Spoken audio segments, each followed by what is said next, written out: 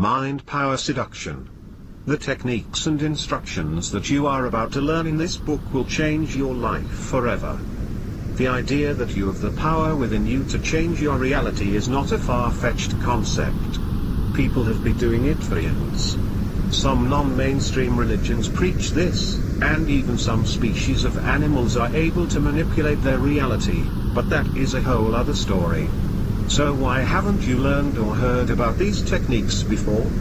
Well, there are a whole slew of possible reasons why this type of knowledge has slipped from your hands, and you could probably come up with some of your own. Some reasons might involve conspiracy-type suppression, that is government, educational institutions, money-sucking courses and lectures, techniques shrouded in advanced Eastern religions, not the right books in the library/bookstores, info offered in obscure occult publications, or any other possibilities.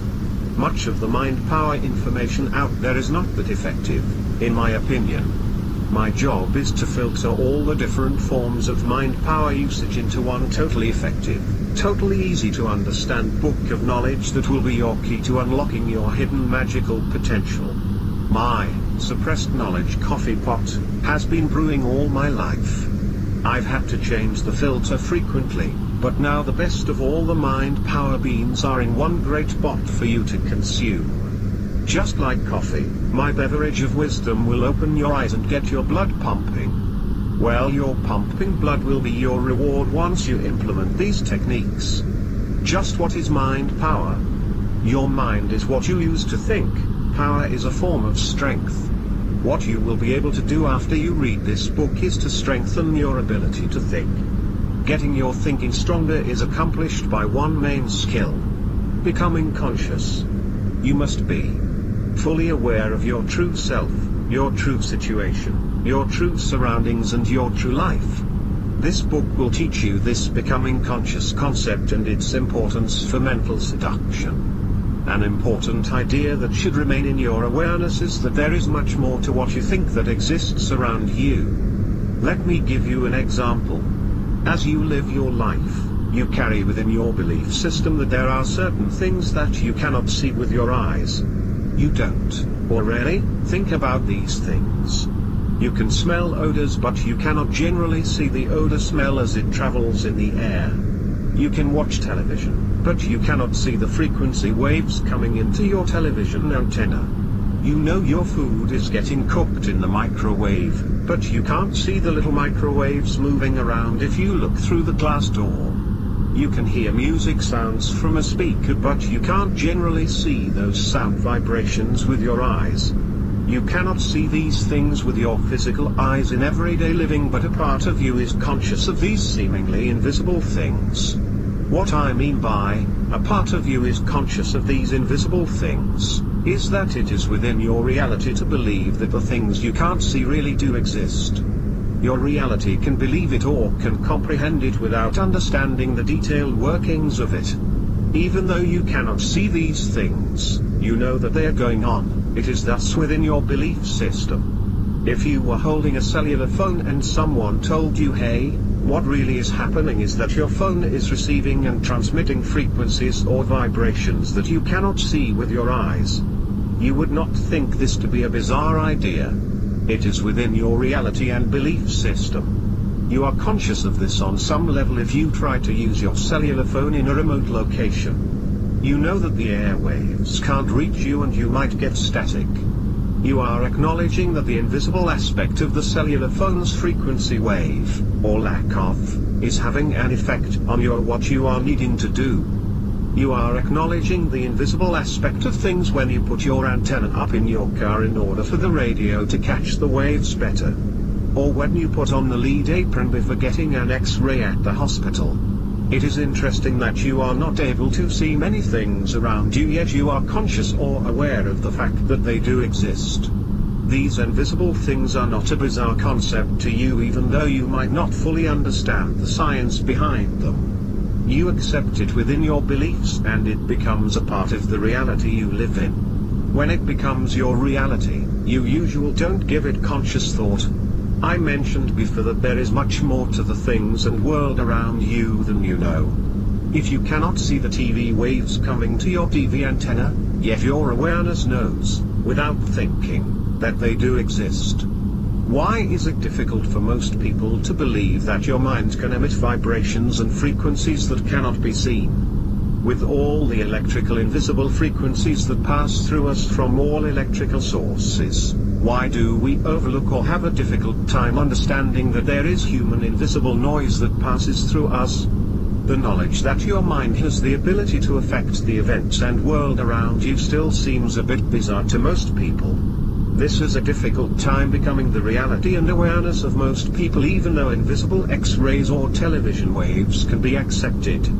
To put it simply, to the average person, it just doesn't seem believable that your mind can emit frequencies and affect the environment in the same way that, say, cell phones emit frequencies and affect the environment.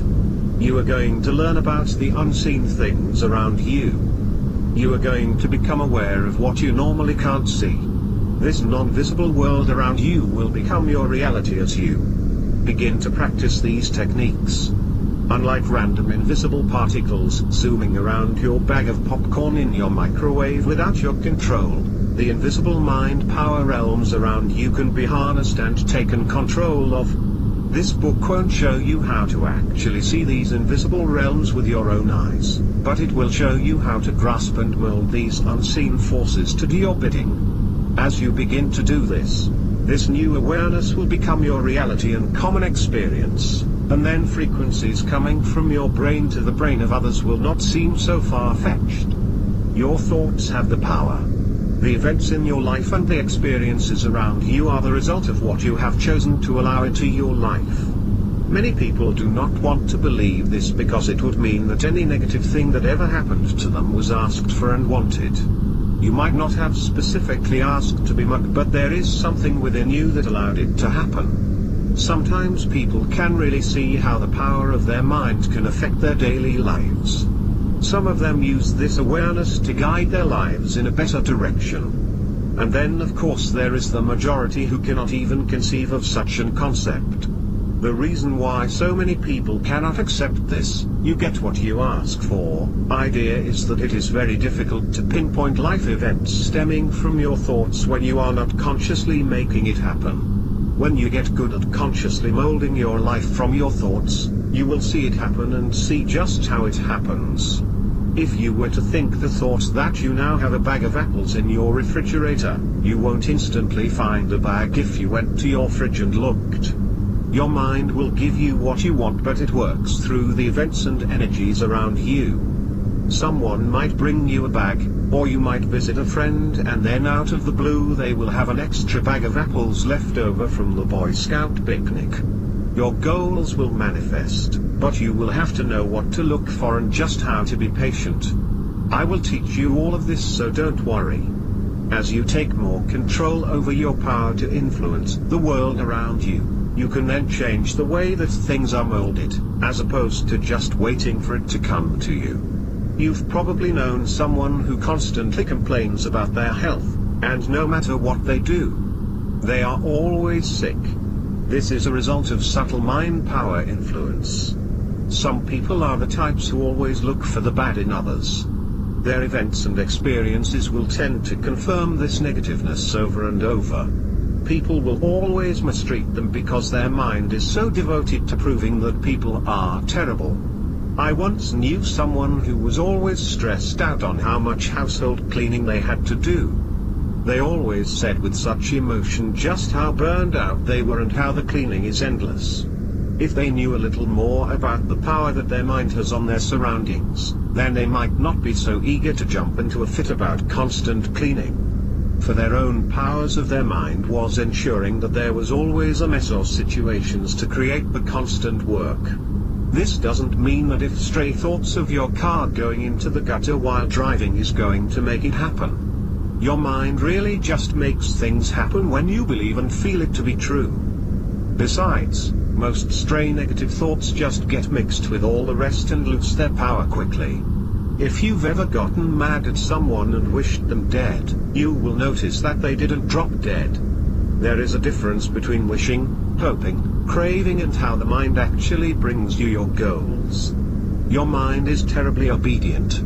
Your mind will do what you ask, like a genie, if you ask it the correct way. I guess when people criticize these types of concepts, the big picture that they have to deal with is just how the mind can reach out and manipulate events, people, surroundings, etc. This is a mind-boggling thing to think about. Kind of like trying to understand where we all came from and how the universe was created, and to more, how was it created? It is important for you to realize that if you want to be successful in harnessing your mind for seducing and arousing others, there is a portion of knowledge that you need not to worry about. That portion is the actual scientific workings of how mental energies affect physical surroundings. If scientists have a difficult time trying to prove this, it would be a waste of time trying to explain how it completely works, especially when there are so many different theories out there. I don't want to waste too much of your time with unnecessary information. You can pursue the physics behind thought power on your own. What you need to know is that it does work, and you need to know the techniques. You could compare it to driving a car. You do not need to know fully how the car runs and how the engine works in order to use the car. If you know that it does work in the techniques to get it going, then it will serve your needs. The more you know about the engine, the more power to you, but it's not necessary to know the details in order to actually use the car for running errands or something. I will give you the general gist on how the mind influences events, but I'll leave the Ph.D. studies in this field for you to follow up on. My specialty is the techniques and application. I won't scrimp you on techniques, and you will have a powerful assortment of techniques once you get done with this book. If you have ever studied the art of lucid dreaming, you can find a similar, car-related, example here. Lucid dreaming occurs when you become awake or aware in your nighttime dreams, yet you are still sleeping. You simply become conscious in your dream and you realize that you are in a dream. Perhaps you have experienced this, with the usual response of waking up immediately from your sleep once your mind realizes it is dreaming. When you learn to take control with certain techniques, you can become fully conscious and aware while you are in a dream state. This dream world can supply you with unlimitless adventures of your choosing. You simply will them to happen. You make it happen with your mind. Without going off on this topic, the point I am trying to make is this. When you are lucid in your dreams and you find that you are about to lose control or wake up, a simple technique that you can do is tell or make your dream self to spin around really fast like a spinning toy top. This technique usually puts you in another dream, but you still have your conscious control and awareness. You still know that you are in a dream and have full control over what happens to you. This spin technique works. I have little idea of how it works and why it works, but it does work. The mechanics of it is not important. It's the use of the technique that is important. I could do research to find out how this little technique works, but I would rather just know it doesn't get down to enjoying the experience of lucid dreaming. When you learn the techniques that I am teaching you, you might not fully understand how they work. I'll do my best to teach you, but some techniques are like driving a car. Who cares how the car works? Just drive the damn thing. Do you fret beforehand trying to prove to yourself that this machine with 4 wheels can actually move, and or how the heck is this possible? No. You know it works and use the machine. Well, some people would rather fret over whether there is such a thing as mind power influence. They might say prove it. Don't be like that. Believe and trust that it works and get this machine of your mind to work for you. The reason that I mention this is to remind you that there are forces much more powerful than yourself and they cannot be explained so easily. I will try to cover some of these higher concepts throughout this book, just to help expand your mind to new levels of understanding. Discovering the fact that your mind can affect your surroundings can best be seen when you apply the techniques. This world around you is what most people refer to as the third-dimensional world. A drawing on a piece of paper would be considered two-dimensional, for simplicity. The fourth dimensional world is something different though. Some people refer to this as the world you are in when you are dreaming. Others say that you enter a higher dimension when you use drugs. Still others think that this is where you go when you die. Whatever your belief, your thoughts are more easily manifested on this higher dimension than on the third dimension, as this is the dimension of thought. When you are lucid in a dream, you could say to yourself, "I want a peach pie to be in front of me," and you will have one instantly. Your dream body can eat it too. If you were to do this in this third dimensional world, you would probably have to go to the store and get one, or else wait for your mind to get you one through the events in your life. Everybody wishes $1 million, but few get it. The reason that your mind affects higher dimensional levels easier is that your brain waves or thought waves are on a much more equal or harmonic scale with that level. Thoughts and higher dimensions go hand in hand. This idea is very important and is one of my unique understandings that you need to know. You might find techniques that can be applied to this world around you, but techniques that involve higher dimensions or higher levels of awareness will have a quicker and more powerful effect than three-dimensional techniques. If you want to make a map of a city, you could walk down every street and take note of the roads and buildings. There are probably lots of ways to do this on the ground: car, skateboard, bus, etc. If you want quicker results, you could go up above the city in a plane or helicopter, thus getting a better, quicker and easier view. Your map would be finished sooner this way than the prior. The same too with mind power techniques. If you do it from a higher level, then you will have quicker results. Before we can do this, you must learn the basics about dimensions. We will get to this in the next chapter. One of the keys to using your thoughts to manipulate your life and your life's events is to see it within you using your inner vision. Yes, it's that concept of visualizing, and I will cover this in a way like you've never read before in any book. When you see your goal in your mind as if it was actually happening, you are in effect tricking your subconscious or your unaware mind. Your mind's eye is the molding place. This is where it starts. Your mind's eye, imagination or inner sight, gets the ball rolling, and then the part of your mind that can manipulate events kicks in. Much has been written about visualizing, most of it hooky and most of it not completely detailed. This book is not just about visualizing, but it's about how to specifically train your mind so you can apply it to seducing and arousing others. Holding an image in your mind is a necessary step at manifesting your wants and desires. You already see this around you in literally millions of ways. Let me show you what I mean, and then you will understand that it's not so far-fetched. Everything around you once began as someone's thoughts.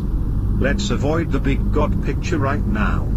If you notice a house, it is obvious that it is real. You can touch it and you can feel it. You could smell it and even taste the front door, and you would find that the house is a real three-dimensional physical object. It's there, it's manifested. If you trace back to how it was made, you will see that it came eventually from someone's thought. This is very important for you to notice this. Someone had to first think up the general design for the house in their mind. It manifested into the third dimensional world by putting those initial thoughts down on paper as a blueprint. After this comes the manufacturing and construction. All aspects of both began as someone's thoughts. Everything around you started this way. Just look at the things in your life that you have created. If you are an artist, your artwork first starts in your mind and your heart and then materializes with the help of tools such as paint or clay. The way you have the furniture positioned around you began first in your thoughts. You had to decide and use your mind to place your furniture so it looks just right to you. You then use your muscle power to move or rearrange the furniture to your mind's picture. While we are on furniture, you must become conscious of the fact that the furniture design once began in the mind of a furniture maker. Now this all might sound very obvious, and I'm not trying to belittle your intelligence. But when you look all around you, how bizarre is it really that people's thoughts create their reality around them? It's not such a strange concept now when you are reminded that almost everything around you once first began in the mind and thoughts of someone. Therefore, materialization of thought is something that you are already fully experienced in, and hence your mind should easily believe that you can get anything you want in life. You just need to become conscious and aware that thoughts can be materialized easily. If you think that materialization of thoughts is a mystical concept, then the whole world is a magical place, and magic happens everywhere, from the making of a burger at a fast food restaurant, to landscaping a house, to the invention of a light bulb. Thought started it all. Most people don't look at life in this way, and that's why your new eyes will separate you and give you a powerful advantage over others. Some of you might think that this is not magic. Thought, to blueprint, to manufacturing, to house is not the same. Wrong. It is only not the same in the fact that with mind power seduction, following your mental image, the universe will be making the blueprint, manufacturing and final manifestation of your intended goal. Understanding that thought to manifestation is all around you breaks down the mental barrier that mind power influence is not possible. When you are using your mind power to seduce others, there are a few factors that you need to know. When you are fully involved in all the techniques, your clarity is very important. What you see in your mind and the way you do it must be as clear as you can get it. Less attention towards the person you are wanting to seduce and a more clearer thought in your mind is how it should work. You need your mind to develop rapport with the person. I will teach you this, but once this rapport is made, your main emphasis should be on the clearest manipulation of your thoughts. You'll see how this all works soon. I'm just trying to give you a foundation to develop from. You won't get everything at once, but when you are finished reading this book, you should go back and note down or highlight these little pointers. If you are using your mind for arousal of another person, you are doing a form of telepathic communication. You are using your mind and thoughts to try to communicate something to another person. There is a heck of a lot written about telepathy, so I won't tell you what you can find elsewhere. You want the rare and repressed stuff, don't you? There are 3 modes in a human being where telepathic abilities seem to function. One way is called instinctual telepathy. This is the type that results when the energy of one etheric body hits the etheric body of another. The etheric body is a word coined to refer to the subtle, non-physical body or shell that surrounds you. Everybody has an etheric body, and I shall get into this concept later. The telepathic message is carried with this etheric substance and best reaches a person in the solar plexus area of the body. This point is a direct link to another subtle, invisible body that is part of your makeup. This is often called the astral body, but is usually referred to as the emotional or feeling body. Again, I'll get to this later. Prana is the name given to a powerful life-giving energy that is everywhere. It has many names: organ energy, Chi, life force, serpent power, light spiral and tons more. I'm not trying to give you a heap of Eastern concepts here, just a quick understanding. It will all be useful when using mind power seduction. Your spleen is near that solar plexus center where this prana stuff gets into you normally. Have you ever heard the expression, "I have a gut feeling that," and other phrases? These are a result of etheric energies or ideas hitting the solar plexus area and then into the consciousness of the person. Back in Atlantis and in Lemurian times, the solar plexus was the area where the people received telepathic impressions, which mainly took the place of verbal speech. The telepathic thoughts were set through the entire area of the diaphragm. This is mainly lost in modern-day industrialized civilizations. When a mother senses danger towards her child or that something is taking place with their child, this etheric instinctual telepathy is taking place. When you get involved in a close relationship with someone other than your blood family, you might experience when both of you start to say something and it turns out to be the same thing. My partner and I do this all the time. We sometimes even crave the same foods at the same time. This is a form in instinctual etheric-based telepathic communication. This type is a little more specific in the fact that not only is there a link in the solar plexus area but also an etheric connection in the throat area. This later type of instinctual telepathy is also known as mental telepathy. The next mode of telepathy is referred to as mental telepathy. Mental telepathy stems usually from the throat area and a little from the heart, and a tad from the solar plexus area. When you are practicing your seduction techniques, the throat area is where your thoughts mainly travel out from. But first, those thoughts will mainly hit the person in the solar plexus area. As you become more skilled at your mind power work, they will hit the person in the throat area. When you are using the techniques, you will not be really needing to know where the thoughts hit. If you want to use this little bit of info with your techniques, then great. But it's not necessary because it happens automatically. Besides, I don't want to clutter up your techniques. I spent years developing an easy method so you can skip things, such as advanced yoga or tofu diet lifestyles. I will however clutter you up with a little foundation knowledge though. This is because when you understand what is going on with mind power techniques, you will have more confidence, find it easier to allow into your reality of things, and most importantly, to give you a good foundation so that you yourself can advance far beyond the scope of this book.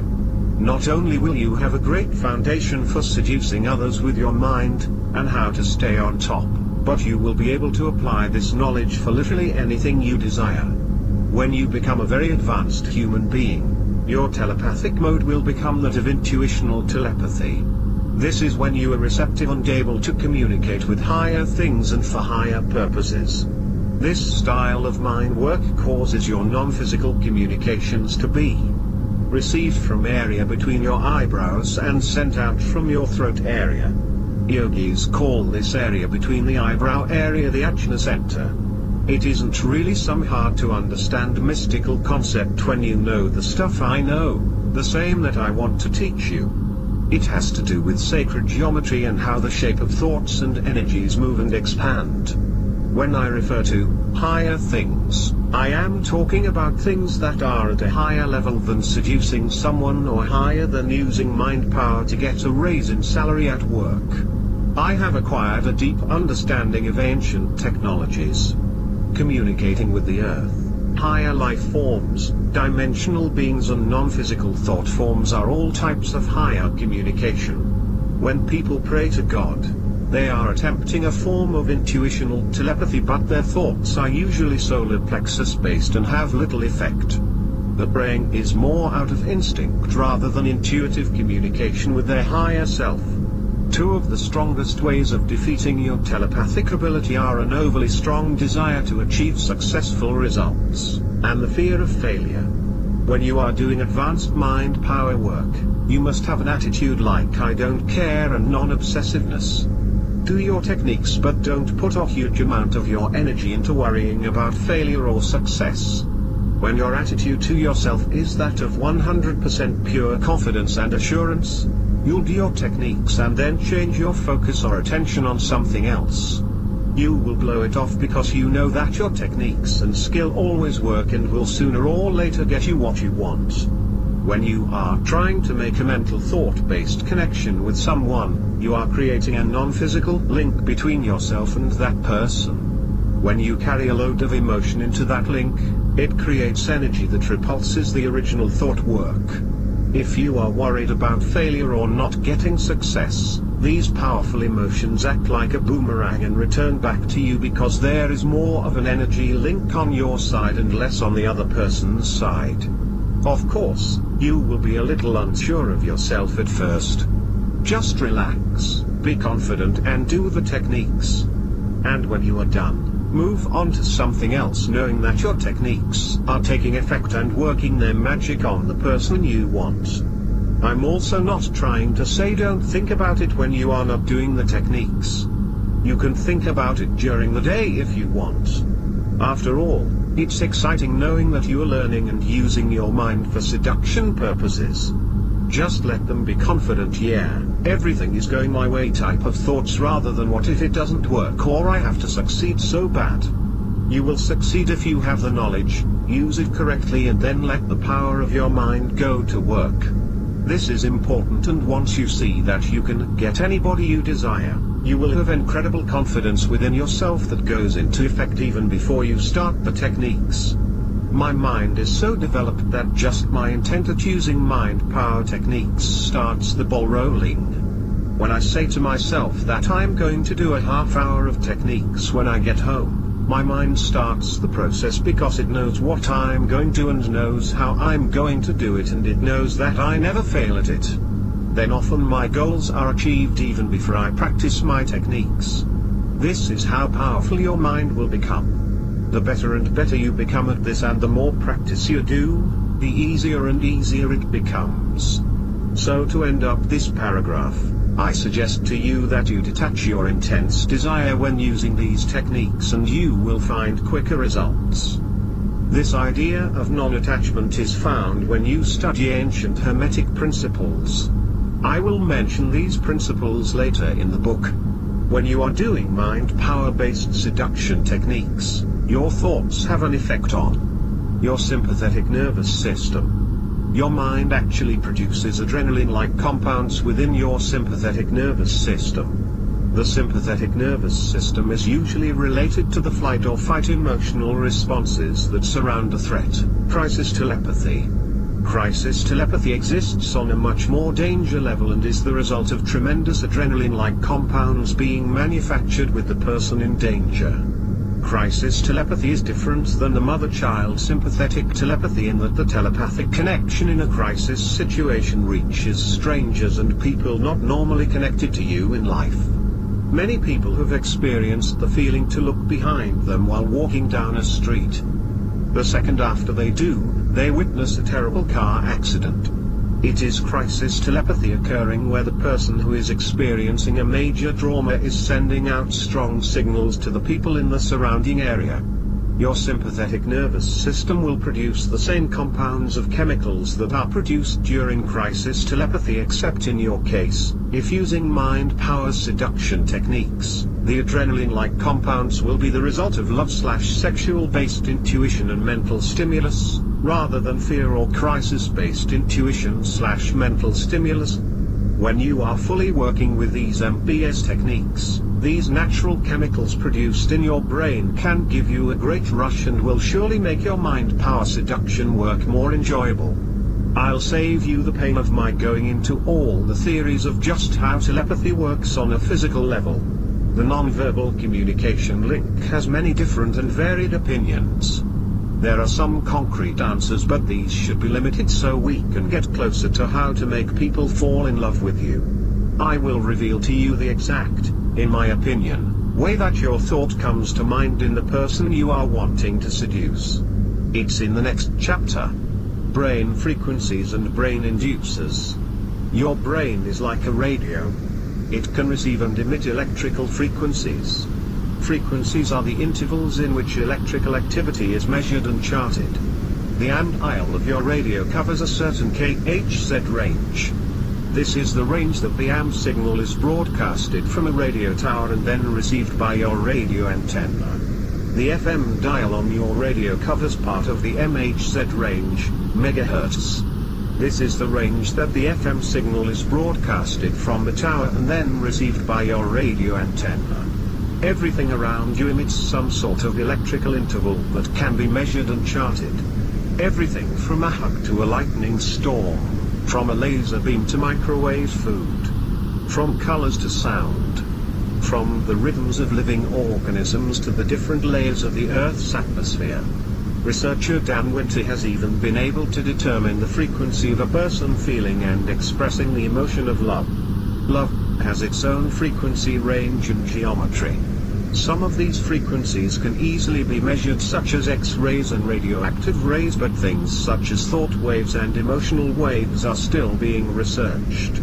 Since everything is emitting frequencies of some sort, these frequencies are all around you and are even penetrating your body.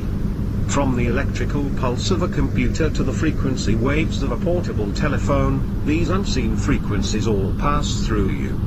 The Earth also has its own assortment of frequencies. The ionosphere is a layer of electrically charged particles that surrounds the planet. This layer absorbs radio waves, thus making it a charged layer. It extends about 80 miles from the surface of the Earth, and it forms a capacitor with the Earth, meaning it is able to store an electrical charge, like a battery.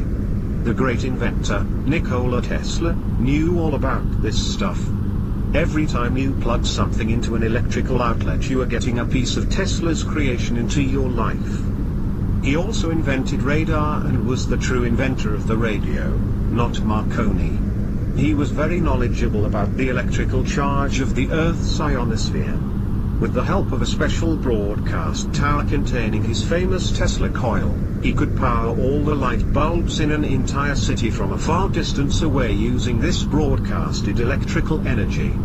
If this coil/tower setup became a fully harnessed method of extracting electrical energy from the Earth, you would need to just stick a steel pole into the ground along with a special cheap setup to power everything in your house.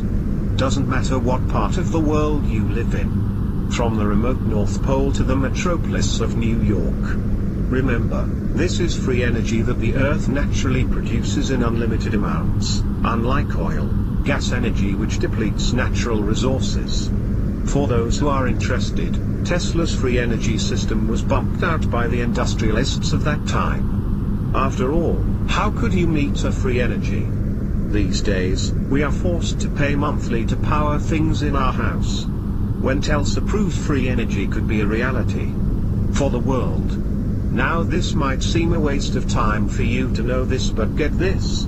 When your body moves, those movements are transmitted to the Earth's environment around you. The ionosphere layer, also called the ionospheric cavity, has a frequency of about 9.5 CPS, cycles per second, was around 7.5, but now it is increasing quickly. Your body is vibrating between 6.8 to 9.5 Hz. Your skeleton and all your internal organs moves in step with each other coherently, at around 8-9 CPS. This simply means that your body and the ionosphere cavity around the Earth are in total sync together. You and the planet resonate with each other and share energy between each other. Just how far can you share or transfer your energy to the Earth's electromagnetic cavity? About 40,000 kilometers, or just about the entire perimeter of the planet. In other words, the signals generated from your mind and body will travel all the way around the planet in about 1/7 of a second through this ionosphere cavity. You know that the farther you get away from a radio station, the worse the reception becomes. Well, the movements of your body spreading around the planet doesn't hardly lose its strength. This frequency link between human bodies and the environment is why there is a relationship between solar/lunar/thunderstorm activity and human behavior changes, that is, moon madness. There is even a similar relationship, if you charted it, to the change in solar, sun, radiation and stock prices. Not only do we affect our environment, but the environment affects us because we both vibrate at the same frequency, 9.5 CPS. Or rather, a better way to put it, we and the planet are changing in frequency both the same. When you begin to apply your mind power seduction techniques on the person you are trying to win, your thoughts are not just whims in the mist, they are concrete and real and are actually having an effect in the environment, mentioned above.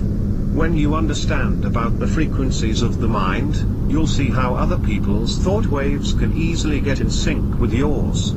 And your environment will assist in this process. As the planetary frequency increases, so to your personal frequency. Thus you will find your power to manifest will happen easier and quicker. But this is a whole other story.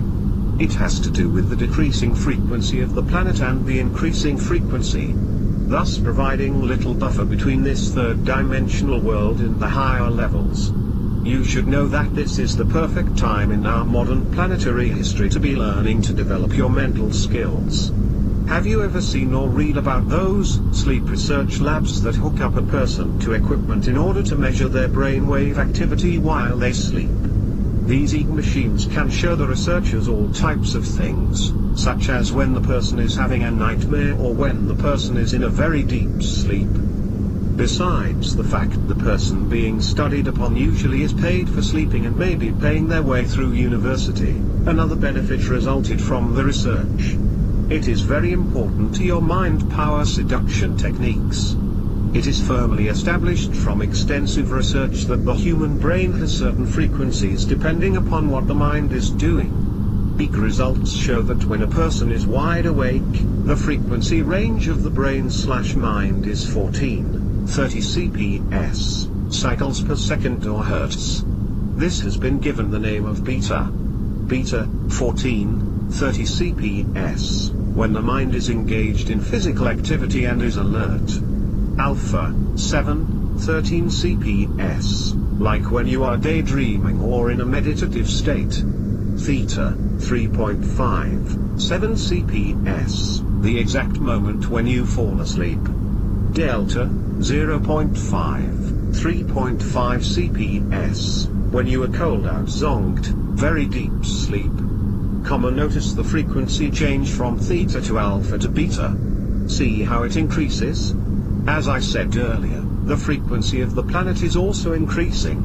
Could this mean the planet is starting to wake up? An interesting thought when you consider the times we are in. You access all of these different states throughout your full 24-hour day, unless you're an insomniac. When you have a highly developed mind, you can access or get into any of these states at will. This is what I hope you will develop when you begin to put this book into use. These states sort of merge together so that you can have high and lows of each brain state. If your brain waves are at 7 cps, it could be considered low alpha or very high theta. If your brainwave state is 6 cps, it could be considered very low alpha or high theta. When your brain gets into these different states, you experience things differently and your thoughts have different effects on you and your environment. You will be working with all these states when using mind power seduction techniques. However, the alpha and theta state will be found to be particularly useful and these two brain states will be accessed the most. The lower the state, the more relaxed your brain is. Imagine a bicycle tire on a moving bike. Let the tire represent the brain wave, let the rotation or movement of the tire represent the frequency, and let the person riding the bike represent the brain. When the bike is going at a moderate/medium speed, fast enough to get where you want but not fast enough to build a sweat, the tire might spin around one complete turn 30 times in 1 minute. If the person started pedaling faster, the tire might go around 60 times in a minute. At this point, the person is building up a sweat and of course the person is not too relaxed. They are working full force. When the person slows down their pedaling, the tire might spin around 10 times in 1 minute. Obviously, the frequency of the tire is much slower than the fastest speed and obviously the person riding the bike, the brain, is very much relaxed. The slower your brain wave, the more relaxed your mind/brain/body is. There are 5 main reasons why you need to change your brainwave cycle when you want to sexually arouse someone just with your mind. 1. Your brainwaves will become closer to the natural frequency of the ionosphere. If you have been understanding everything I've written so far, you will see why this is necessary. Namely, you will have an easier time manipulating and affecting your environment. We are not talking the clouds, ground and trees, etc., but your space around you within which you live, that is energy/time/space. It's like driving your car at night time. During the night time it's obviously dark. So to move around easier you need to turn your car lights on. When you lower your brainwave cycle to a cycle that's closer to the ionosphere, you are sort of turning your lights on in the ionosphere, so your mind will be able to move around easier. Your mind will have easier access to manipulate your surroundings, energy/time/space. 2. Your awareness and your ability to use your mind will become easier and stronger. This will affect all your mind power work. You will be able to access different states of awareness and at different levels of consciousness, kind of like getting high but without drugs and their destructive side effects. 3. Your heart rate will slow down and your bodily functions will relax. Remember in the introduction, unless you didn't read it, how I reminded you that your unaware part of your mind takes care of all your inner bodily functions. Your mind has to take care of a lot of stuff, from cell development, to blood pumping, to analyzing nerve stimulus, to accessing memory, to digestion, to balance and tons more. Your mind is obviously busy and all this happens while you do other things. You don't have to think about it. Since you are not thinking about these things during your daily life, these processes are governed by your unaware mind. Some people call it the subconscious, but its name doesn't matter. Basically, when your brain waves are slower and thus your mind is more relaxed, your body will be more relaxed and then your mind spends less time keeping the body going. Your unaware mind will have more time, so to speak, to work with your techniques. When less blood needs to be pumped to your body functions, then more blood will be pumped to your brain when you are using mind power techniques. Your brain will be more nourished when your body is relaxed. I don't want you to think that when you are very busy that your unaware mind will put your seduction techniques on hold till your body is relaxed. Having a relaxed body is just a way to help yourself with the techniques. Slower bodily functions is very important when it comes to stomach digestion. Digestion uses a lot of energy. Digestion will quicken when your body is relaxed and when less energy is spent trying to digest that food, then more energy can be put to use with your seduction techniques. If you want to make things really conducive and easy on your energy level, then try to do the techniques on an empty stomach, not starving, just empty. You will notice a difference and your stomach making those digesting noises won't bring you out of your relaxed brain state. This doesn't mean that you have to have an empty stomach if you are practicing your techniques in a public place. I'm just suggesting a way to ease your body up during the times when you are doing advanced mind power techniques when you are in a deep meditative state. Other things can affect your energy level and I'll get to these later under the increasing power chapter. 4. You can become more focused when your brain waves are slower. It's hard to focus on studying when you are sitting beside a construction site with 10 jackhammers blasting. I probably could get focused because my mind is very highly trained, with practice, and yours will too if not already. But if you were studying for exams while in a relaxed state, even with the TV on in the background, you will have an easier time focusing. When everything is deadly quiet around you and you are very relaxed, your mind will focus even better and your mind will absorb the info easier, unless you get bored and fall asleep. 5. You are accessing different parts and functions of your brain, so you basically have the advantage over others who are not trained in this. Now some people might think that getting into these brain states is a very difficult thing to do. There are a great amount of machines that you can buy to help get your brain into these states. I have seen and used a great amount of these machines throughout my life and I found that only a handful were effective and beneficial. If you can get into these brain states with your own mental capacity, you will be better off in the long run. You will be developing the art of internal technology instead of relying on external technology. If the whole world went completely wacko today, perhaps it already is, or World War III hit tomorrow, then your access to outward electronic technology might be limited, especially if something happened to main electrical power sources. Everything you need to become a very advanced human is within you already. Mastering the art of internal technology is the biggest suggestion I could ever impose on you, yes. More important than mind power seduction methods. You'll see what I mean as the years go by. If you do wish to purchase a commercial unit to effectuate your brain waves, do your shopping. Whatever you do, don't become dependent upon the instrument.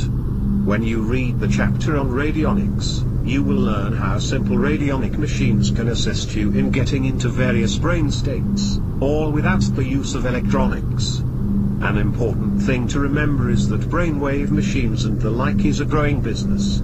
This book you are reading for under $40 will be more beneficial to you than any $1,000 brainwave unit. Opt for the internal technology within you as opposed to the external technologies around you. You will see just how important this is in the very near future, as I have said. Along the same line as brainwave synchronizers are audio tapes, from hypnosis to subliminals to new age music. None of these are necessary, but if you find you can relax better with them, then use them. Hypnosis tapes seem to be different variations on the same theme. There are thousands of ways to go under, just as there are thousands of ways to meditate. The secret I find is to just find your own way. And that will be the correct way. The way you use your mind power will be as unique to you as your fingerprints. This book will give you great techniques, but you will find your own variations over time, and I recommend this. In fact, if you are not finding your own variations, then you are limiting your creativity. Guided meditation tapes are too rigid for me. If the technique on a tape doesn't feel comfortable to you, then you are stuck with it if you want to keep on using the tape. Music is another thing, however. Music is a great tool for me. It began when I was a teenager. I simply got bored sometimes when I was doing my mind power work. Remember, I was learning from scratch with no one to teach me. When I got bored, I simply put on some headphones and cranked the tunes. This kept my mind alert, yet I could get my brain into very deep states. The music actually enhanced my work and kept me company during the endless nights staying awake practicing general mind power techniques. It really kicked in when CDs came out. I could put a few songs on repeat and never be interrupted for hours, creating a very powerful music/trance state.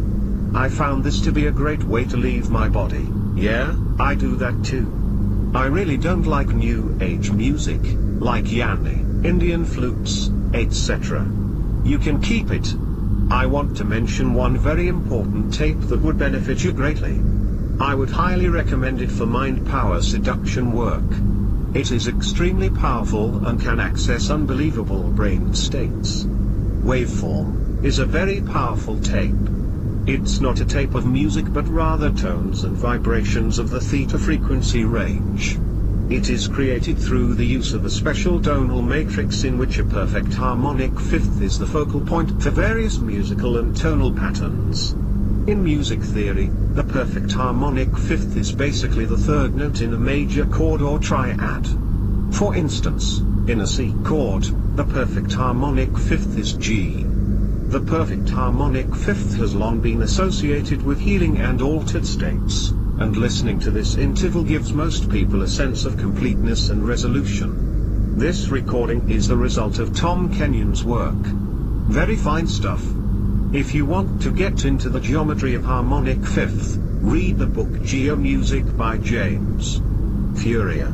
Waveform combines this principle of the perfect harmonic fifth with a stereo panning technique in which portions of the music and sound patterning are sent to the left ear while the rest of it is sent to the right ear.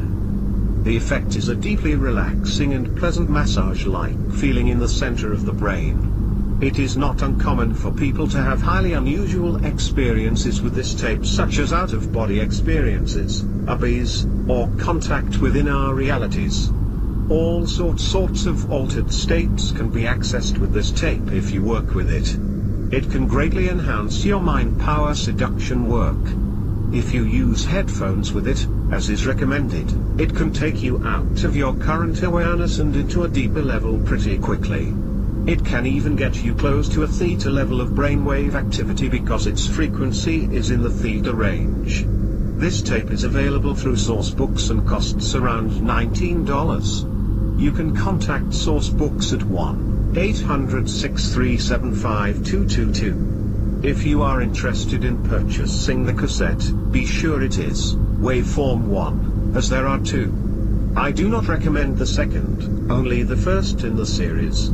When you get good at accessing different brain states, you can apply a technique that is often used in NLP. NLP is short for Neuro-Linguistic Programming. It's a special way of programming your mind. There is a chapter coming up on one of these techniques that you will find beneficial. When you are using mind power seduction techniques, you will be doing a set of techniques when you are alone and a different set of techniques when you are in front of the person. You can mix and match these to your pleasing.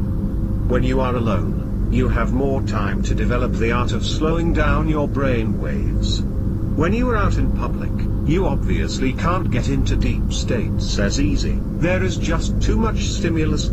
To get through this barrier, there is a technique that can put your brain into pre-programmed brain states, even when you are in a very public situation. It has often been called anchoring or keying. You've experienced this when you've heard a song that you haven't heard in years.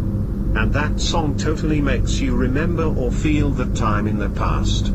The music anchored you to that time. When you apply mind power seduction techniques, you can apply an anchor for a particular brain state, so you will get into that brain state instantly and quickly, just like in the example when you recalled an old memory/feeling from listening to a song. The two most important brain states that you will be using for mind power seduction are the alpha range, 7.13 CPS, and the theta range, 3.57 CPS. You will first develop your skill in the alpha range. When your brain state is at this rate, you will be in a relaxed, daydream-like state. This is the first key brainwave state for influencing. When you are in this state, your thoughts break from the barrier of time and space. You can send your thoughts around the globe and they will get there, and your thoughts will have hardly any barriers in their way. This means that your thoughts will have the ability to get into the thoughts of someone else. You will be able to program the person in this state. Getting your brain into the alpha state is the first key to mind manipulation and influence. Higher dimensional levels. Understanding the concept of dimensions is very important for these types of studies. To the general population of the world, just what are dimensions, is a question that is difficult for them to answer. Scientists have their own opinion, but it usually is just theory. Eastern religions have a great idea, but it can be hard to figure it out from their writings or advanced teachings if you don't have the time to study it. When you do come across the truths of dimensions, it is often blurred in fancy language or hard to understand images with a vast terminology. Now, I'm not that efficient to present this whole idea to you in an easy to understand way. This is a deep concept that can go way beyond hundreds of pages. I will try to give you a rough idea of just what dimensions are and why this knowledge is important for mind power seduction, not to mention for your awareness of just what is out there. The first thing you should realize is that all higher dimensional levels are all merged together. When someone talks about moving up to another dimension, and not too many people talk about this, the moving up idea does not mean going up as in vertical up. Nor does it mean an upward change of awareness. Higher dimensions are up, below, around, inside, and every which way around and within you. They are all merged together like the ingredients in a pie are all mixed together.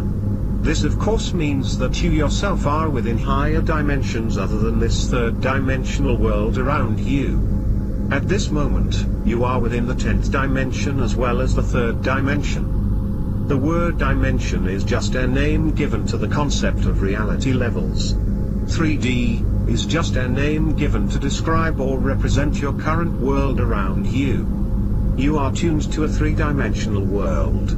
Virtual reality video games are games that are trying to give you the feeling of this 3rd-dimensional world within a computer-simulated scene. But as I said a moment ago, not only are you in the 3rd dimension now, but you are also in the 10th, 4th, or whatever dimension at the same time. So if you are within all higher dimensions now, then why can't you see or experience them? You simply can't see or experience other dimensions because you are not tuned to them. It's just like a television. You can't see or experience channel 11 when you are tuned to channel 4. The same with a radio. You can't listen to 101.5 FM when you are tuned to 106.5 FM. Take a look at your FM radio dial sometime. Notice it shows the frequencies in MHz, megahertz. 101.5 megahertz is in one place and 106.5 megahertz is in another place. If you are listening to 101.5 FM and you want to listen to the other, you have to change the frequency. Experiencing other dimensions works in exactly the same way. You have to change the wavelength of what you are now to where you want to be. In simpler words, the difference between dimensional worlds is their wavelength. This third dimensional world has a certain wavelength and you are tuned into it. If you tuned into the wavelength of another dimension, you would experience and see this different world in the exact place where you are now. Wavelength is the key, and this is very rare knowledge. Just like tuning into different channels on a TV, you can tune into different dimensions if you know how. If you measured all the objects in this third dimensional world around you, the average wavelength would be 7.23 centimeters. In quantum physics, every object consists of particles or waves, sound wavelength. It has its own sine wave signature that can be measured. This is what is averaged, and this is the wavelength of our third dimension universe we are tuned to, 7.23 centimeters. In Tibetan or Hindu teachings, this is the sound Om. If you changed your consciousness into another wavelength, the things you see around you would change according to the wavelength of the new world. Life is different on these different dimensions depending on where you are and what wavelength you are tuned into. Just like there are people on this third dimension, there is an abundance of life and intelligence on higher wavelengths. I really don't want to get into what's out there, but I do want to mention the following things that can make you look at things in a new way. If you remember from your elementary school science class, all our planets in our solar system are pretty much dead, meaning that they cannot support human or organismic life. Venus has been described as a cold and barren planet. Sure, some of the planets have abundance of gases and chemical particles, but there is no life. What you have to realize is that scientists who study these things are looking at these planets from a third dimensional wavelength. They live in this third dimensional world and use third dimensional tools such as telescopes, computers, radar, radio receivers, lasers and a whole ton of other instruments to study planets and our solar system. What they cannot do though is tune into another wavelength and then study the planets from that different wavelength. If they were to do this, what they would find would be much different than cold and barren. Archaeologists have this same limitation as well. If they could map out an ancient site, for example, not just from this 7.23 wavelength but from a different wavelength, what they would find would be much different than what's hidden in the dirt below their feet. Stonehenge looks like a nice arrangement of big boulders when you are tuned into this third dimensional world, but when you tune your awareness to another wavelength, you see something much different. The pyramids in Egypt look like a great feat of construction/engineering/art from this third dimensional wavelength. But when you change your awareness to a different wavelength, the pyramids are not only intricately built but you see something completely different. In between each dimensions are 12 harmonic levels. If you look at piano keys, the keys from one C' to the next C are 5 black keys and 8 white keys, making a total of 13 keys in between the C octave. Dimensions are exactly like this.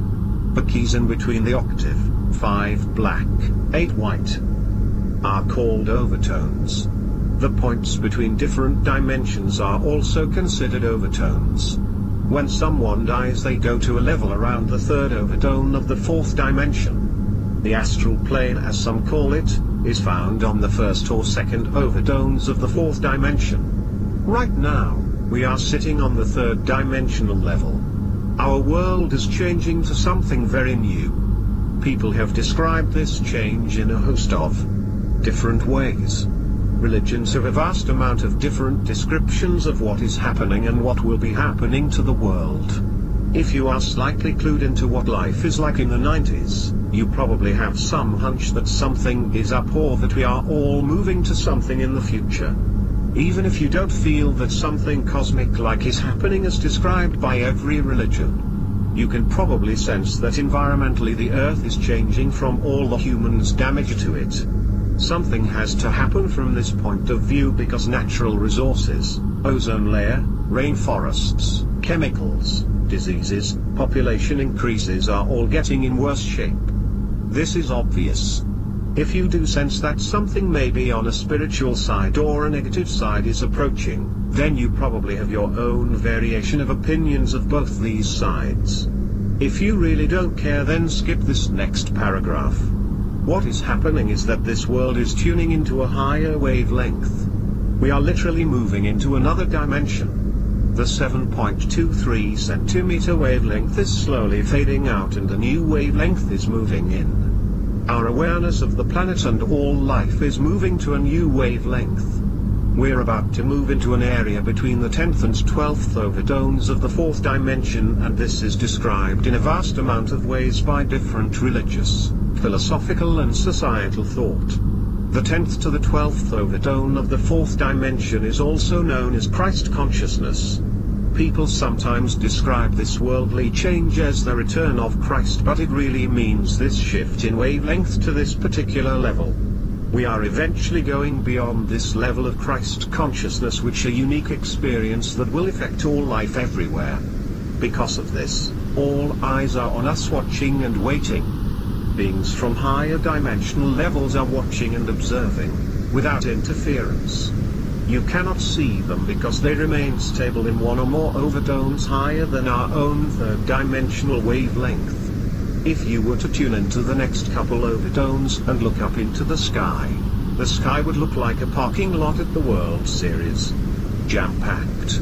I won't give you dates when this series of events will occur because you probably already think I'm off my rocker. Perhaps you are wondering how you can change your wavelength to see higher or different dimensions. I'll give you a hint of this later, but this is not the purpose of this book. The reason why I have included this chapter is to start to alter your awareness of things and to introduce you to a different way of looking at your thoughts. In the previous chapter, you learned about brain waves or brain frequencies. When you change your brain waves, you are starting to change your wavelength awareness. You are starting to tune into different wavelengths. Changing your brain waves is not the way to fully tune in another dimension. You have to do more for this to occur. But you are changing your awareness slightly when you alter your brain wave. It's like riding a bike. You are not really riding it until you are moving, but pushing one foot down forward on one of the pedals is the start of the process. Your change of awareness starts as your brain waves change. With regards to tuning into other dimensions, you do not need to work on changing your brain waves. This is a natural reaction to dimensional awareness techniques hinted on later. But as your awareness changes by consciously changing your brain waves, your thoughts have an easier time getting to the person you want to seduce because you are slightly tuning into a different wavelength, not enough to go to a full dimension. Some of the garbage or the noise that may be in the way clears away when you can use your mind power from a slightly different viewpoint than what's around you. Your thought waves are existing and traveling in higher dimensions. Remember, all dimensions are merged together with your mind/body now. The third dimensional fog clears a bit when you change your brain waves, and the fourth dimension can spark through a little. One neat thing about dimensions and wavelength is that when you are fully tuned into higher wavelengths, your thoughts manifest immediately. If you are tuned into the fourth dimensional wavelength and you are able to remain stable there, just like you are stable in the third dimension, you would just have to think something and your thoughts would create it instantly. If you thought of a banana to be in your hand, it would appear and you could peel it and eat it. How this happens is a whole other book, but what's important now is that when you alter your awareness a little, your thoughts will have a little quicker effect in your world. What you see is what you get. Visualizing is in fact the secret. Don't let the idea of visualizing freak you out. I'm not going to give you some far-out spacey methods like visualizing crystals while you burn incense. The techniques are easy and very powerful. Visualizing is necessary because that is what using your mind power is. If you know the correct way of seeing something in your mind, then it will manifest in the world around. When you are in a higher dimension, as mentioned earlier, it is your thoughts or the images that you create in your mind that manifest around you instantly. The same to within this third dimension, except that it occurs slower. The idea of visualizing puts people off, and society gives the same concept two different opinions depending on what makes sense to them. For example, if a draftsperson is designing a house and they have to visualize what they want the house to look like, then this type of visualization isn't considered esoteric. If you visualize in the correct way to get someone to fall in love with you, then most people think you are involved in some sort of occult practices. It's funny how an artist uses visualizing to mold their artwork into what they see and feel in their mind, and is sometimes referred to as a gift from God. On the other hand, when someone uses visualizing to mold their reality into what they see and feel in their mind, they are often called occultist, witches or devil worshippers. It's all how you look at it. This type of knowledge is my life, and it has nothing to do with devil types of things. My conclusion after dealing with people's viewpoints regarding visualizing and the like, is that if it is non-threatening to their egos, then it is considered good. If it threatens their egos and makes them realize that there are other people out there who can create their own realities while their own lives remain messed up, this knowledge is considered negative. I remember my youth when I had to go to Sunday school from time to time. Imagining, visualizing God and angels and stuff was considered good, I would assume, since they were described much, and to describe something to someone requires the person receiving the info to use their imagination to put together the description. We were often told of Bible teachings with the use of strong images, and I remember being told to imagine this or that about Jesus. When I mentioned any type of visualizing concepts to my teacher, trying to find answers as a kid, I was promptly told that I was doing something in the devil's league. It was around the time that I learned that if visualizing is used to assist in your reality, for example artist, builder, computer designer, composer, then it is accepted. If visualizing is used to create your reality, then it is not accepted. Remember that you visualize all the time. Everything you do and make first starts in your thoughts, so this is how you are going to use mind power seduction. Your mind will obey your thoughts and do your bidding. That same part of your mind that takes care of all your bodily functions knows how to interact with the cosmos and energy realms around you. If you see something in your mind's eye, your imagination, your higher self will go about and manifest it for you. If you hold the thought that you are always in abusive relationships, then your higher self will manifest it for you, and you will continue to be in abusive relationships. If you are always holding in your thought that you are exhausted, then your higher self will ensure that you are always burnt out. If you hold in your thought that you always get lost when you are driving, then your higher self will make it happen. These types of mind power influences come about in strange ways. It's not so direct because you are not actually using specific techniques to make it happen. Your mind will create your thoughts around you depending on what you hold in your mind's eye. This doesn't mean that your life will become totally perfect in every single way. There still can be some glitches and setbacks and problems. They all can be solved with visualizing, but you will find that you will want to use your skill for only certain aspects of your life, meaning that you will only channel it to certain things. In my life, I use these skills for certain things, extremely important things, and I let other areas go as the wind. I just don't find it a good use of time to visualize getting all the green lights while driving. No matter how much I get annoyed by red lights every once in a while. I don't use visualizing to make a store always have sales on my favorite foods. It's not that important. I even don't use visualizing to totally eliminate the jerks in my life. I've got some real selfish people in my life, but I spend my visualizing time on more important things. This is what you must do. Choose what is important and put this knowledge into that. The reason why I mention this point is that I have been told by people, if you're so good at all this stuff, then why haven't you won the lottery or gotten out of a certain negative situation? You might get this also if you let people in on this type of knowledge. It's just what you choose to use your mental powers for, just like this book is geared for mind power seduction and not mind power teleportation. The techniques in this book can only be carried out by you.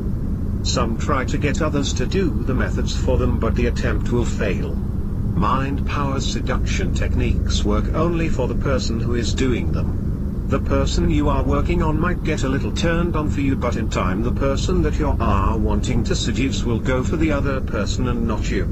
You have to be a part of the procedure because you will have the greatest mental link to that person. You've been noticing them, you've been craving for them, you want to have a relationship with them deeply on whatever level. This passion creates a very powerful link or connection, and others cannot create this for you. Your drive towards that person or your drive to want to have them come to you can create powerful energy between you and the other person. It is best to focus on one person until you get good at the techniques. Once you have practiced a bit, you can easily influence many different people. Just keep track of your work. You can use your mental seduction ability for whatever your love goals are. You might want to narrow in on one person in order to get a steady relationship, or you might want to have many different people. Of course, there are some common sense risks with the latter. If you use the knowledge in this book to get yourself the perfect mate that you can have a great loving, hot relationship with, then you'll be all set for life if you want. If you use the knowledge in this book to get yourself many partners and become a love guru, then I can't stop you. There are pros and cons for both. Try at first to zero in on one person. This may be a person that you know fully and communicate with, or this may be a complete stranger.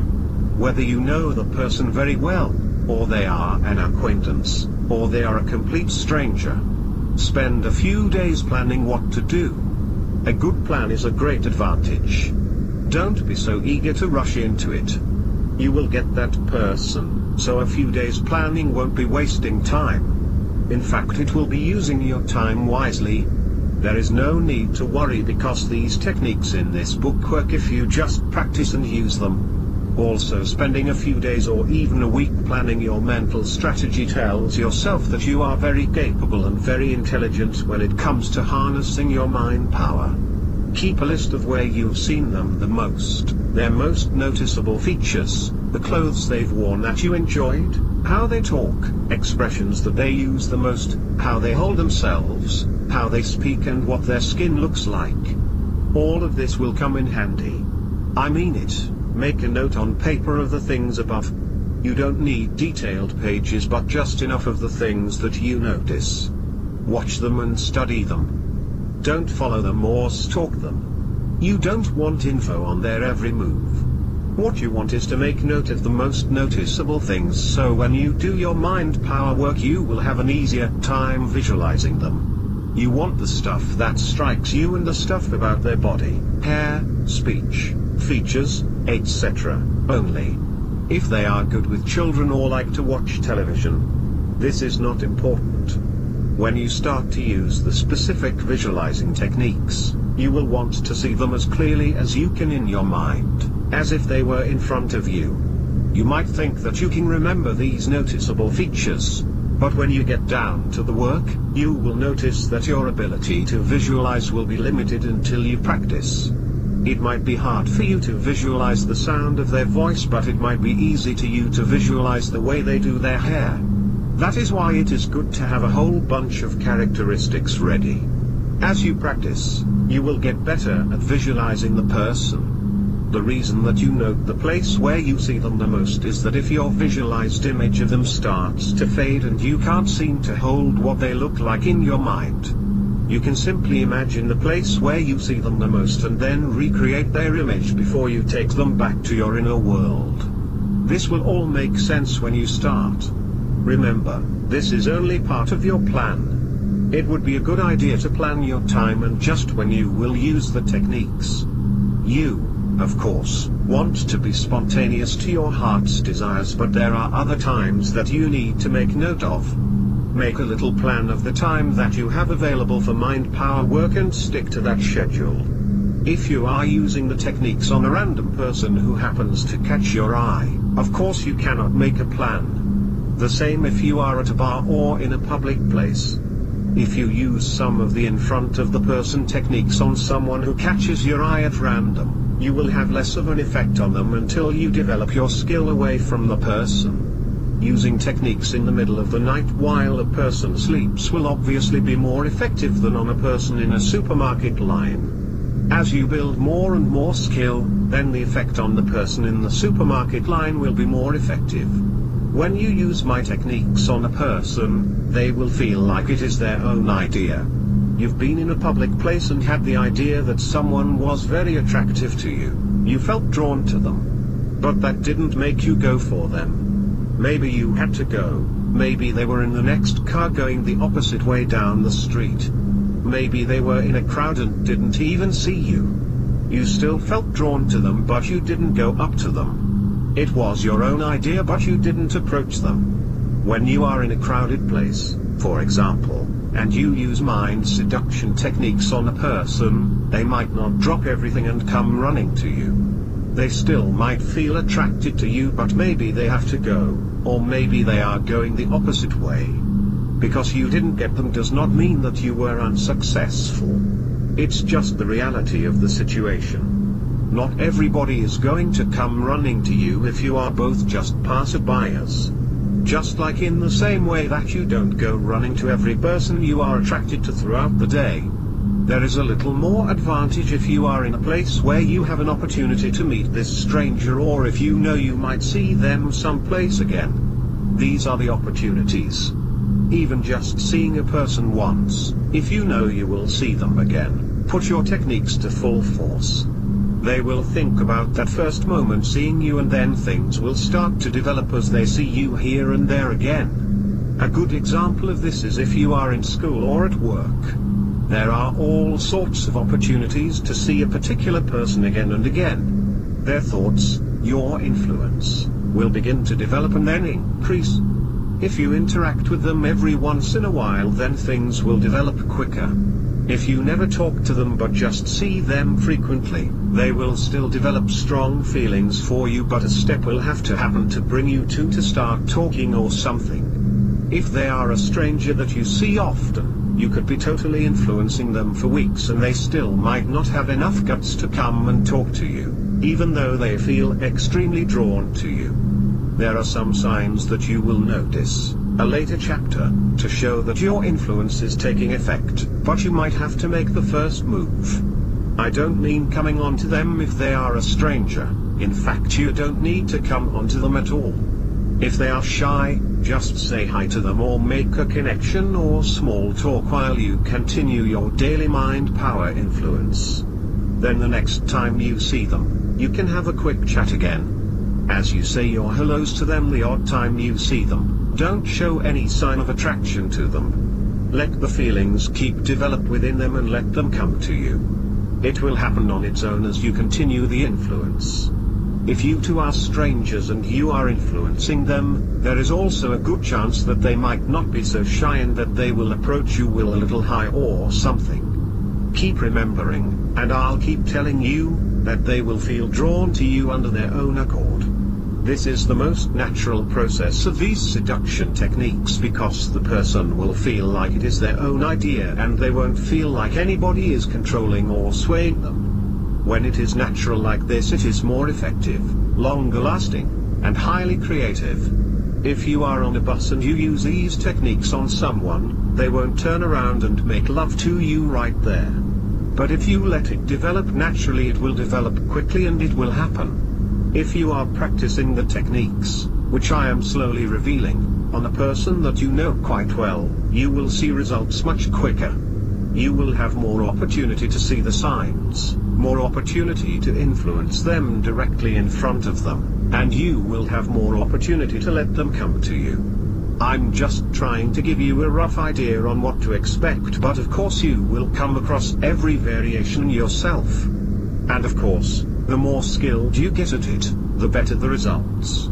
If your skill is very fine-tuned, you can have every person you frequently or casually interact with. Plus complete strangers may approach you the moment they see you. Reach for this goal if you want. It takes time to get this good, but it can happen with practice, determination, creativity and patience. To effectively visualize, you must have a quiet place to do this. Your surroundings have to be quiet. It is best to begin to learn to visualize with the lights out. There is no need to focus on a candle or practice mantras or whatever else you might have heard before. Just closing your eyes is all you need to do at first. Eventually, you can keep your eyes open, in public places, and your visualizing skill will be developed enough to do in the broad daylight. Your surroundings must be free of drafts, blowing air, loud noises and other distractions. Nothing is more annoying when you are in a deep brain state and the telephone rings or you hear the neighbors making noise. Obviously it's not possible to get rid of all the noise, but do your best to close yourself away from most noise. If you live with people, tell them you have a headache or something so you can have some peace for your work. If you cannot avoid noise in your surroundings, then you can put on some headphones and block out the outside noise with music noise. Remember that this chapter on visualizing is starting you on your way to mind power seduction. I will teach you techniques that you can put to use when you are out in a public place. But all this leads up to and applies to it. You should make a goal to practice your visualizing work at least 3 times a day for 15 minutes each time. Keep track of what you do no matter how it goes. It is better to do the visualizing while you are sitting. Often when you are lying down you get too relaxed and you fall asleep. Also, at first it is easier to visualize your inner reality when your head is in the same vertical position that it is throughout your daily life, unless you live your life in bed all day. That is why sitting is good. You can either be sitting in a chair or be sitting on the floor. If you sit on the floor, there is no need to sit in some yogic posture with your legs wrapped around your neck with your arms in prayer position. Just sit down and perhaps lean against the bed or a wall or whatever. Sometimes putting a pillow under your butt or lower back helps if you are not used to it. The point is to get in a comfortable position so you can concentrate on your mental seduction work instead shifting frequently to get comfortable. You are going to be visualizing the person that you have had your eye on, the person you want. The key to visualizing is to see something in your mind as if it is really happening. This will be difficult at first, but it will still have an effect on the person, so you must not forget this. My skill at visualizing is so advanced that I can see things in my mind, even with my eyes open, just as real as the things around me in this third-dimensional world. As a child, my imagination was so developed that I would have fun creating my own images in this world that others couldn't see but only I could see. I never revealed this before until I wrote this book. I didn't know then that I could use this to mold my life. It was more like an entertainment skill rather than a self-improvement skill. It was when I started to incorporate visualizing with people that I began to learn that my visualizing was actually affecting the world around me. Things changed for me at this point. To see something in your mind as if it is actually happening just takes practice with some consideration to the following points. When you visualize, always put yourself in the picture as if you were living it. Do not see yourself from a distance like you were watching a movie of yourself or something. In your visualizing, you do not see your face unless you visualize looking into a mirror. Most teaching on visualizing tells you to put yourself in a movie-like image so you can see yourself separately. It's hard for people to separate themselves like this, and that's why this type of technique is slow and rarely effective. You must be in your imagination as you are in your daily life. If you visualize yourself walking down the street, you won't be able to see your face, top of your head and back. You'll be able to look down and see your legs, arms, chest just like your real life. If you are a beginner to visualizing, you must first practice a little at first. Here's some tips for general practice sessions. To first start getting used to visualizing, just let your mind remember some event. This isn't a difficult thing to do. Close your eyes and imagine a memory that you had in the past. Don't worry about the details. They always clear up with practice. Also try visualizing different places that you go to in your present. If you work somewhere, imagine that you are at work. If you are a student, imagine sitting in your seat listening to a lecture. At first you don't really see the image with your physical eyes. It's in your mind, your imagination. That is why you can be visualizing a place and yet your physical eyes just see the black of the insides of your eyelids. Your ability to visualize gets better with practice, so don't try to rush it. You can still influence erotically without 100% perfect in vision. You just have to become creative in your work. If you have a hard time imagining something on a seeing level, then try to focus in on one object instead of in a big surrounding like an office environment or at a ball game. It's important to remember that you want to achieve the feeling like it is really happening. You won't be good at this at first, but you can trick your mind to believe this though. Here's how to become creative to make up for lack of experience. Actually, when you get experienced at this, you increase the following techniques to become more creative than what I mention here. Trick your mind by keeping a slight little grin on your face and the thought in your head that this skill is so easy to do and that what you are imagining is as real as your outside world. When you get good at this stuff and your powers to influence have been developed, this grin will happen naturally because you will be so happy that you have this great ability. You can also trick your mind by incorporating the use of your other senses like smell, touch, taste and emotion. If you imagine that you are in a beautiful place, don't just see it. Smell it, touch it, taste it, if you want, hear it and feel it emotionally. It won't be 100% vivid, but the mind will have enough to work with. If you imagine that you are at work, feel your workplace, wall, desk, doors, etc. Smell the air, photocopier solution, smelly coworker, etc. And imagine the emotion or the feeling that you have at work. By creating in your mind's eye the feeling of actually doing or being somewhere, your unaware mind goes to work and molds this reality in your life. If you see in your mind that your boss fired you, you won't get fired the next day. If you kept up with it though, sooner or later you would get canned. Practice like crazy with this visualizing and you will get the hang of it in a couple weeks. Of course, after years of doing this, your skill will be much different than now, but you only need a couple of weeks to get comfortable with this and used to the idea of adding this aspect of visualizing to your life. Your mental work will go to work immediately at your first time visualizing, but getting into a new habit is something that needs at least a week to implement. It's like exercising. Your first time produces results. Your body is getting a workout or your muscles are working. But after doing exercises for a couple of weeks, you will have gotten into the habit of doing it. You will be getting used to it. Once you allow yourself to get used to doing mind power work, no matter how basic at first, you will become more involved in it and more motivated to do it. How many times have you set a goal for yourself and then after a month goes by you say to yourself, look what I could have gotten accomplished if I did a little bit every day. Don't put this mind power work aside for a better time. After 2 weeks of practicing you'll be more ahead than now, and after 2 months you'll be way ahead from now. If you can't motivate yourself, then you are out of luck and you will let this skill to the other people who read this book.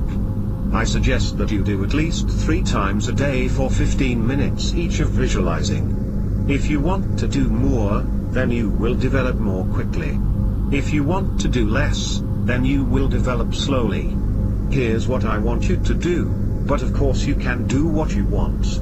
Spend the first 5 minutes of your visualizing getting yourself used to the visualizing session, and then the rest of the time doing the mind power seduction. This initial practice time is when you imagine yourself somewhere where you are used to or remembering some event in the past.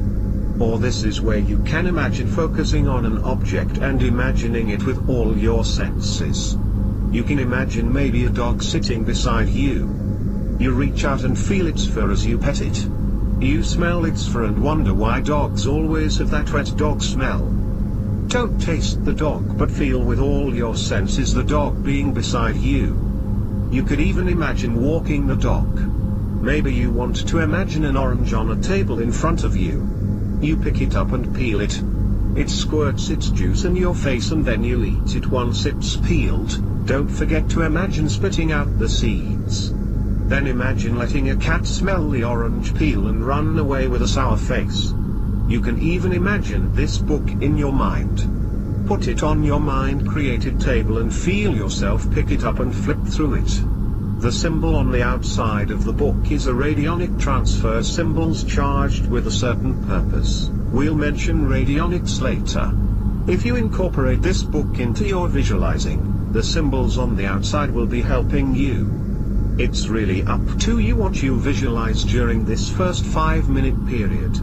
If you set aside 1/2 hour, 3 times a day, then spend the first little while doing this visualizing training and development. Of course, to become a master at any art form, you need to practice. Practice is what people like to do the most. That is why there are so few masters out there and tons of average folks without great mental skills.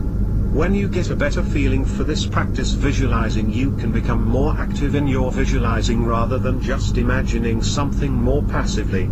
Make something happen. If you remember something in the past, make something happen, like a car coming through the building you are in. Imagine the lights going out, or imagine the people around you are instantly wearing the same colored clothing. If you are practicing with objects, grab an object and take it with you somewhere.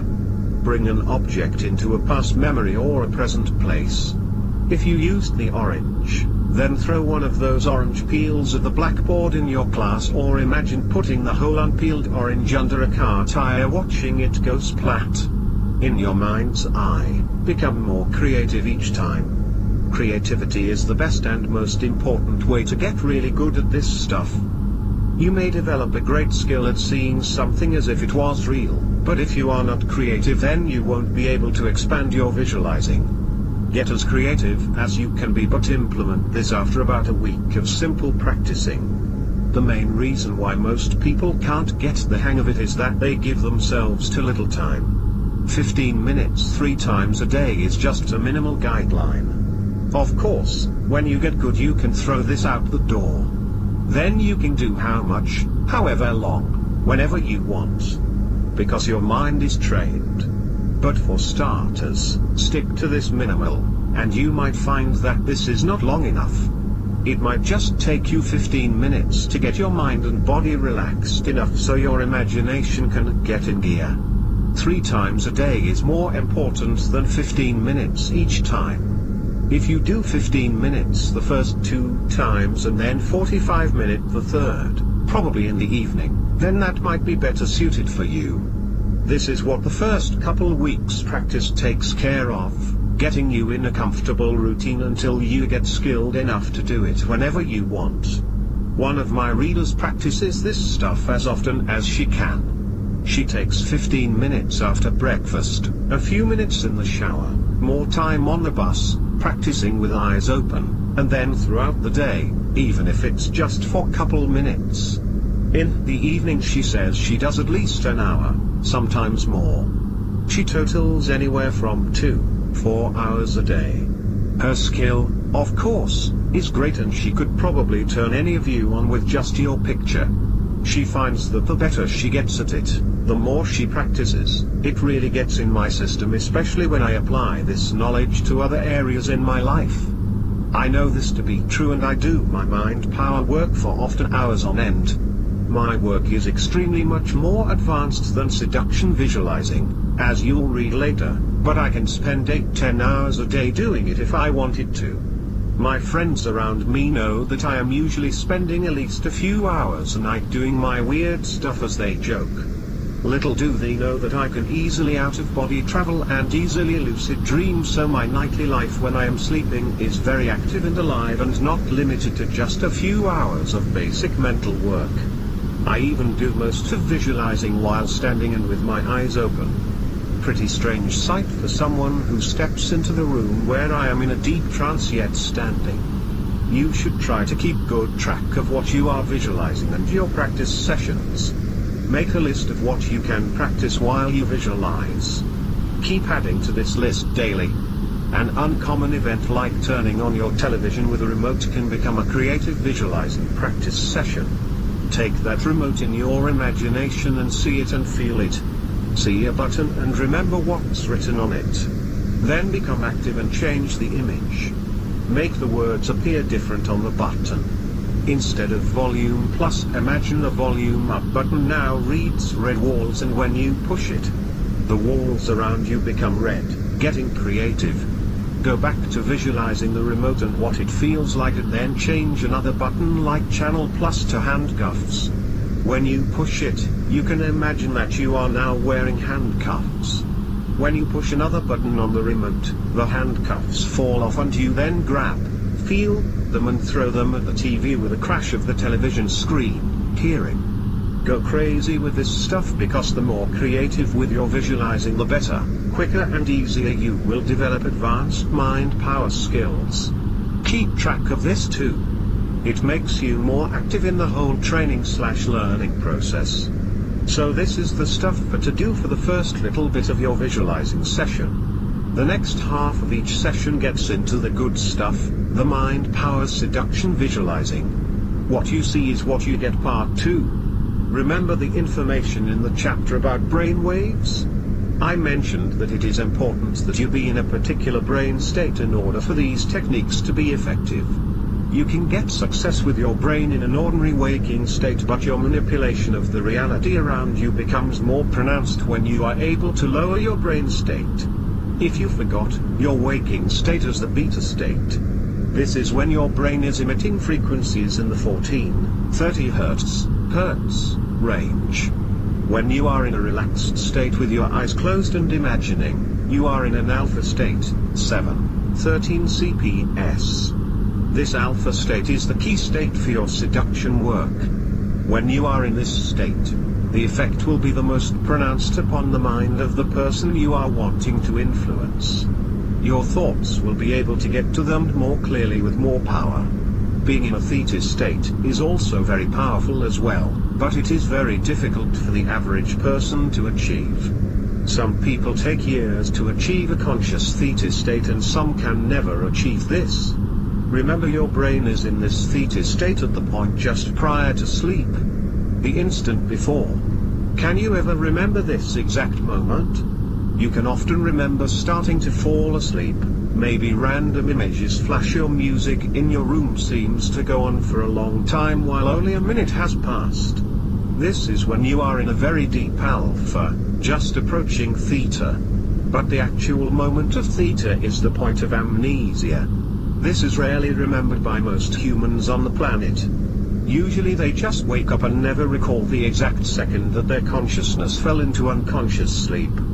Out-of-body traveling occurs most prominently during the delta state, with exiting and entry in the theta state.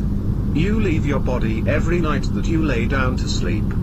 Your astral body, soul body, etheric body, whatever you want to call it, lifts and separates from your physical body.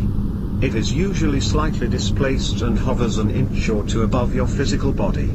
You never remember this because you detach from your physical body and return to your physical body at time when your brain is in a theta state. This point of amnesia is very difficult to control, but I will give a technique later because I am very adept at this level of mind control. This point of amnesia also occurs when you are born into your physical body. This kind of point is called something else and is much bigger in scale. but it is the partial reason why you cannot remember your previous life before you came into this body for this lifetime. When you start controlling this theta state, you can start to remember all sorts of things from previous lives. But the drawback is that your thoughts in theta are instantly manifested, and therefore lack of control can cause problems if you cannot remain stable in this state. To give you an idea of the difference between doing mind power arousal work in an alpha state versus the theta state. If you were visualizing your fingers touching someone in an erotic way while you were in an alpha state, the person would feel a slight tingling or warm erotic sensation followed by thoughts of you. It's subtle, but it works. If you were in a controlled theta state and you imagine the touch of your fingers on someone in an erotic fashion, the person would actually feel the touch as if your physical hand was actually touching them in person. That is how real it will feel for them. So you can see, theta state visualizations are a great goal to work up to. Here's exactly how your thought waves get into the mind of another person, if you can understand it.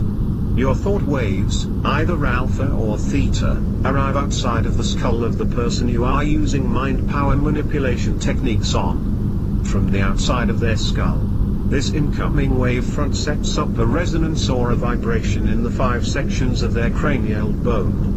Setting up a resonance of these 5 sections occurs when the wavefront bounces around equally to all the 5 sections.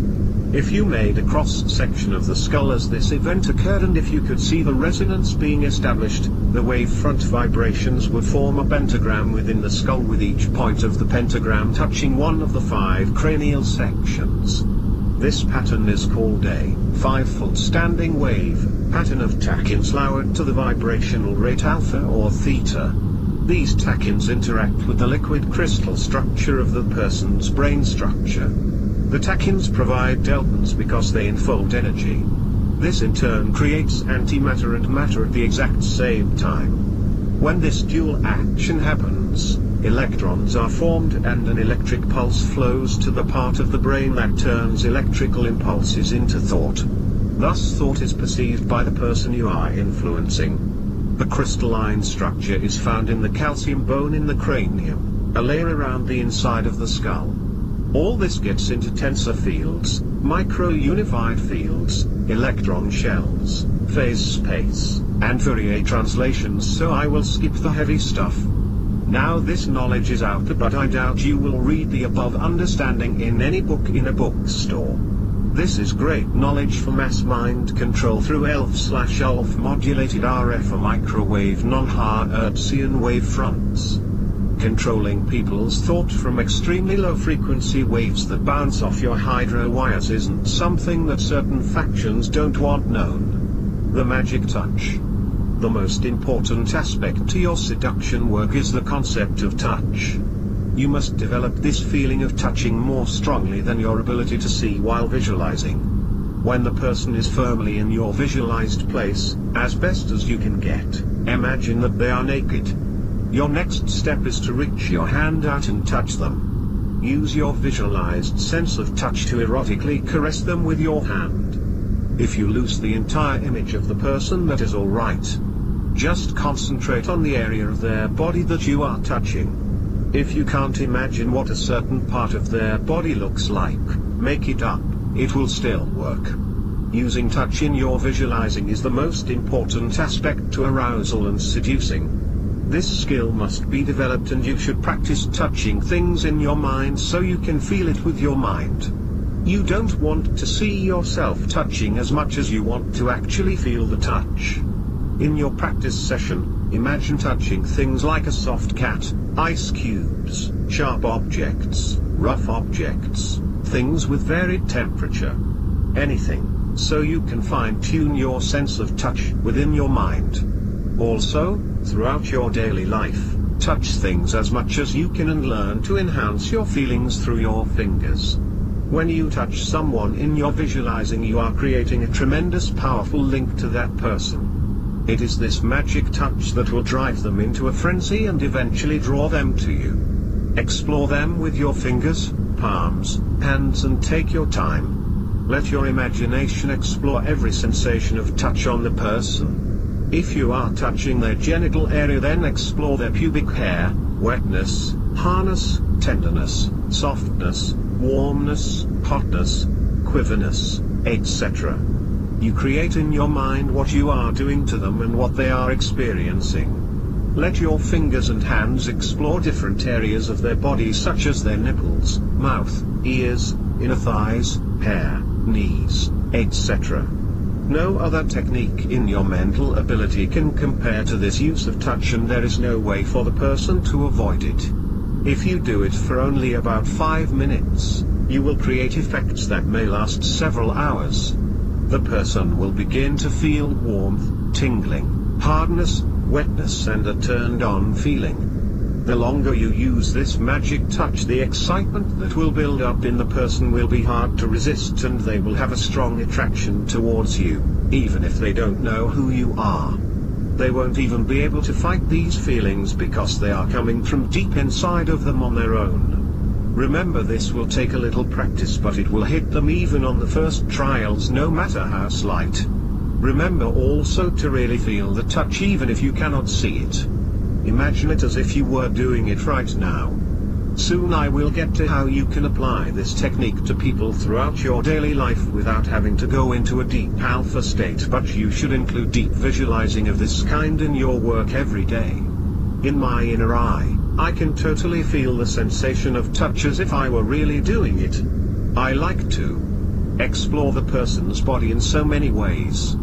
Sometimes I can feel myself caressing their ears with one hand and caressing their clitoris with my other, since I'm a man attracted to women. Women who do these techniques can get the man they are wanting into a great passion by imagining the touch of their own hand stimulating the man's penis.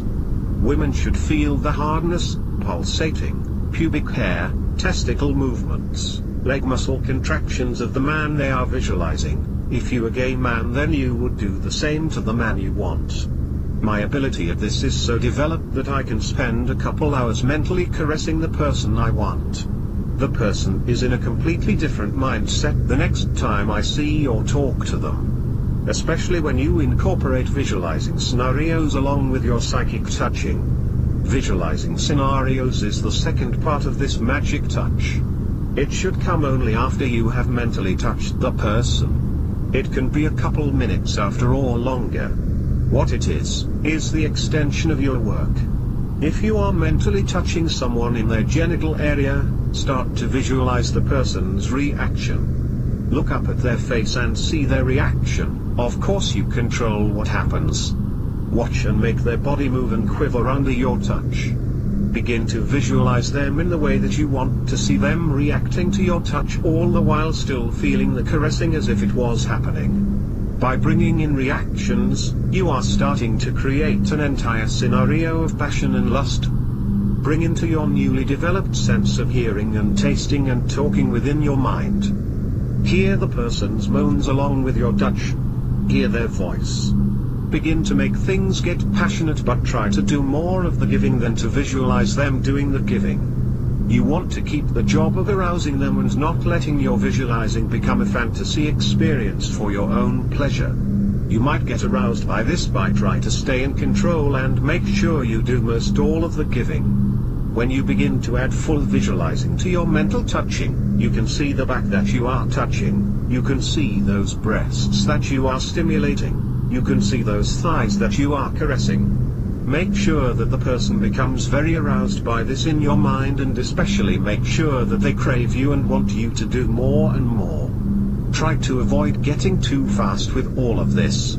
The slower you do your visualizing scenario and your visualizing touching, the more erotic it will be for them. When I do it, I sometimes spend a lengthy time on one part of their body until I move somewhere else or incorporate something else. This creates a deep passion within the real person, and it continually forces me to concentrate and develop and remain stable with my sense of visualized touch for long periods of time. If you add to your visualizing oral movements on the person, you also create stronger feelings within the real person. Remember that you are doing the stuff to them and they are getting horny by it in your mind. you're not trying to get off on this. If you do, your heart will start to beat faster and you'll start to come out of your alpha state. Of course, you need to feel some of it as you visualize because you want it to be. If you get turned on while doing these visualizations, then keep control and keep your eyes closed and channel this sexual energy into your visualizing. When you decide you've had enough of your session, keep your eyes closed and return your mind to your imaginary place. You can still see that the person is lying down or wondering why you stopped, but try to explore your place again before you open your eyes. This only takes a minute, so don't give it any more time. Then open your eyes and go back to your waking life.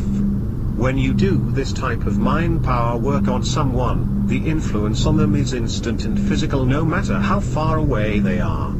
I'll get to the signs that shows their reaction to this work soon. If you've understood anything that I've taught you earlier, you might think that it is necessary to visualize the person in the scenario that you wish to happen in real life.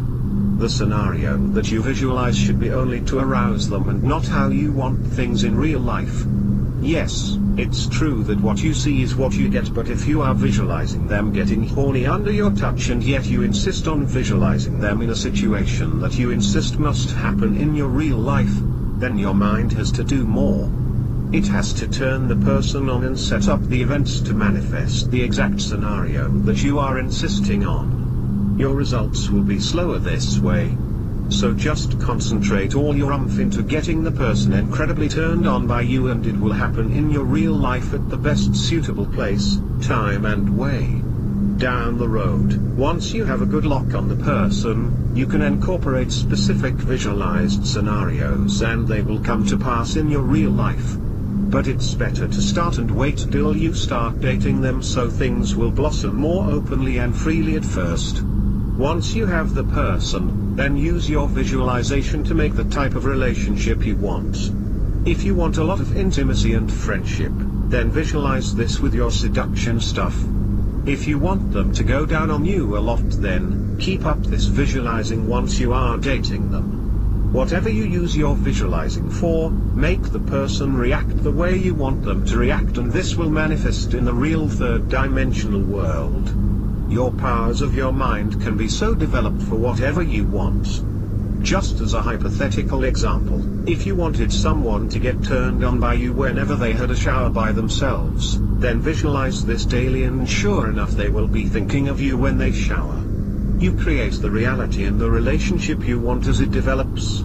Or you can let it go its own way. If it fizzles and you don't care, then move on to someone else. Of course you won't have to continually visualize them being aroused by you.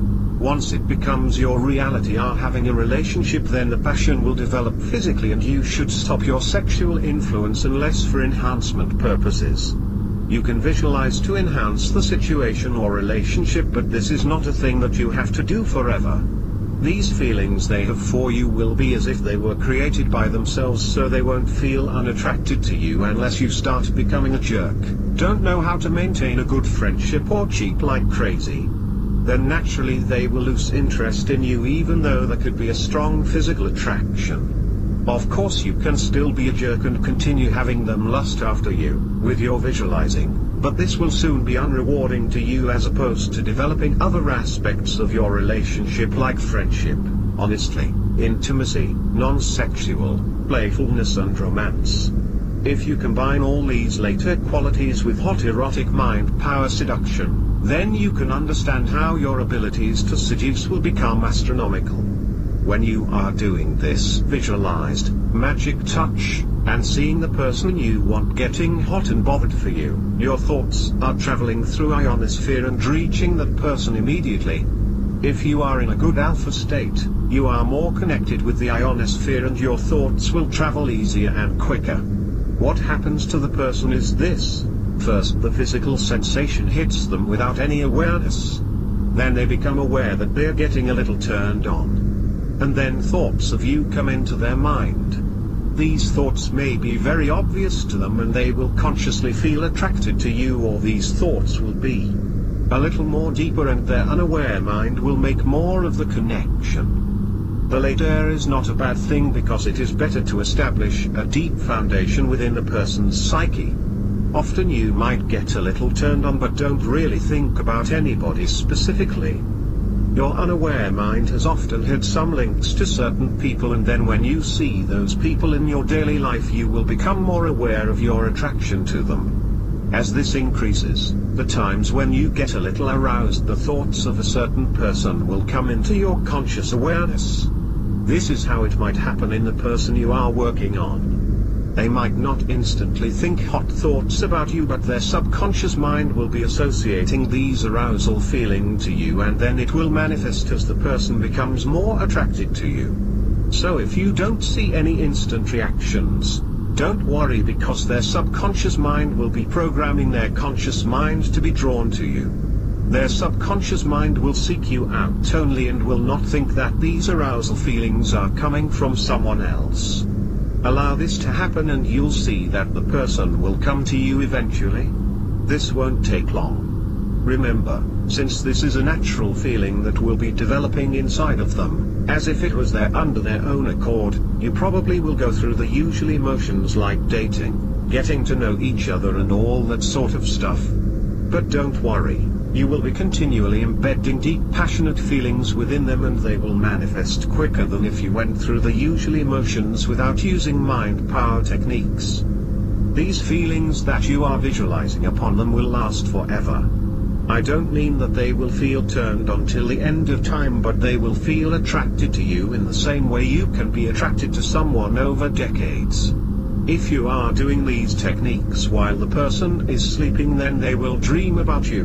They might forget the dream as most people do, but it will still happen. Some experts might say that influencing while the person is asleep is more effective than if the person is awake. Both are just as effective and both should be practiced. The person's guard or something isn't down when they are asleep because your thoughts get to them no matter what, no matter when. So all this stuff is very effective when the person you want is absent and away from you. But what about when the person is in front of you and you can't close your eyes and visualize in alpha, and just what are the reactions that can be seen? Now for the techniques that can be put to use when you are near the person or are talking to the person. You still need to do the same magic touch, but you don't have to close your eyes to do it. If you properly practice the touch sensations, you don't need to visualize anything except the imaginary sensation of touch. Let's say the person is near you but they are not looking at you. Just experience the touch sensation in your mind like in the visualizing alpha work earlier. Your brain will still produce alpha waves because you are harnessing your imagination, and it will be associated with your alpha visualizing when you are alone. Just feel your hand go up their dress or down their pants in a gentle erotic manner. In your mind, do the same finger caresses and erotic touching that I mentioned earlier. Yeah, it's a little harder with your eyes open, but it just takes a little more practice.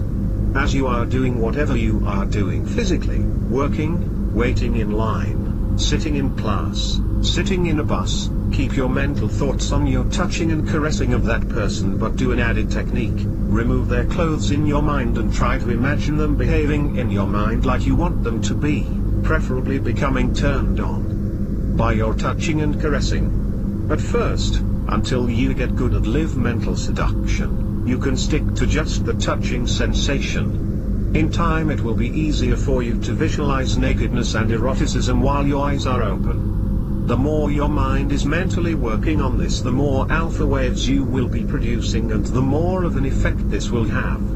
My skill is so good that I can be in a public place with my eyes totally open, yet I can visualize something in such detail that I lose complete focus of the third dimensional world around me. Still I am totally aware of it because my eyes are still open and moving around.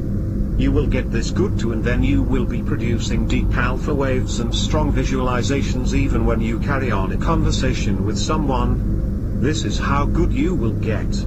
Until the time, don't forget the most important thing, the feeling of touch as if you were actually touching them. This is the most important thing, even as your other skills become slowly developed. This is where 99.9% of your concentration should go. By the way, since I mentioned the word concentration, you should never force any of these techniques. Your brain should remain relaxed and not in an intense willpower type of concentration. Relaxed, feeling 100% touch sensation plus the added confidence will make your ability incredible without ever having to muster up any willpower. Doing seduction techniques when you are near the person or doing seduction techniques when the person you want is not near you are two different skills that you have to develop. There are advantages and disadvantages of both. If the person is near you, you will be able to see the effects. If the person is not in your presence, like a night when they are sleeping, you won't be able to notice certain signs until you see them, but at least you'll have more time to use mind power seduction techniques on them. Even though you will have less time to employ techniques if the person is in your sight, at least it will be easier to imagine touching them since that person is really near you. Get good at both areas of mind power seduction and learn and develop from both.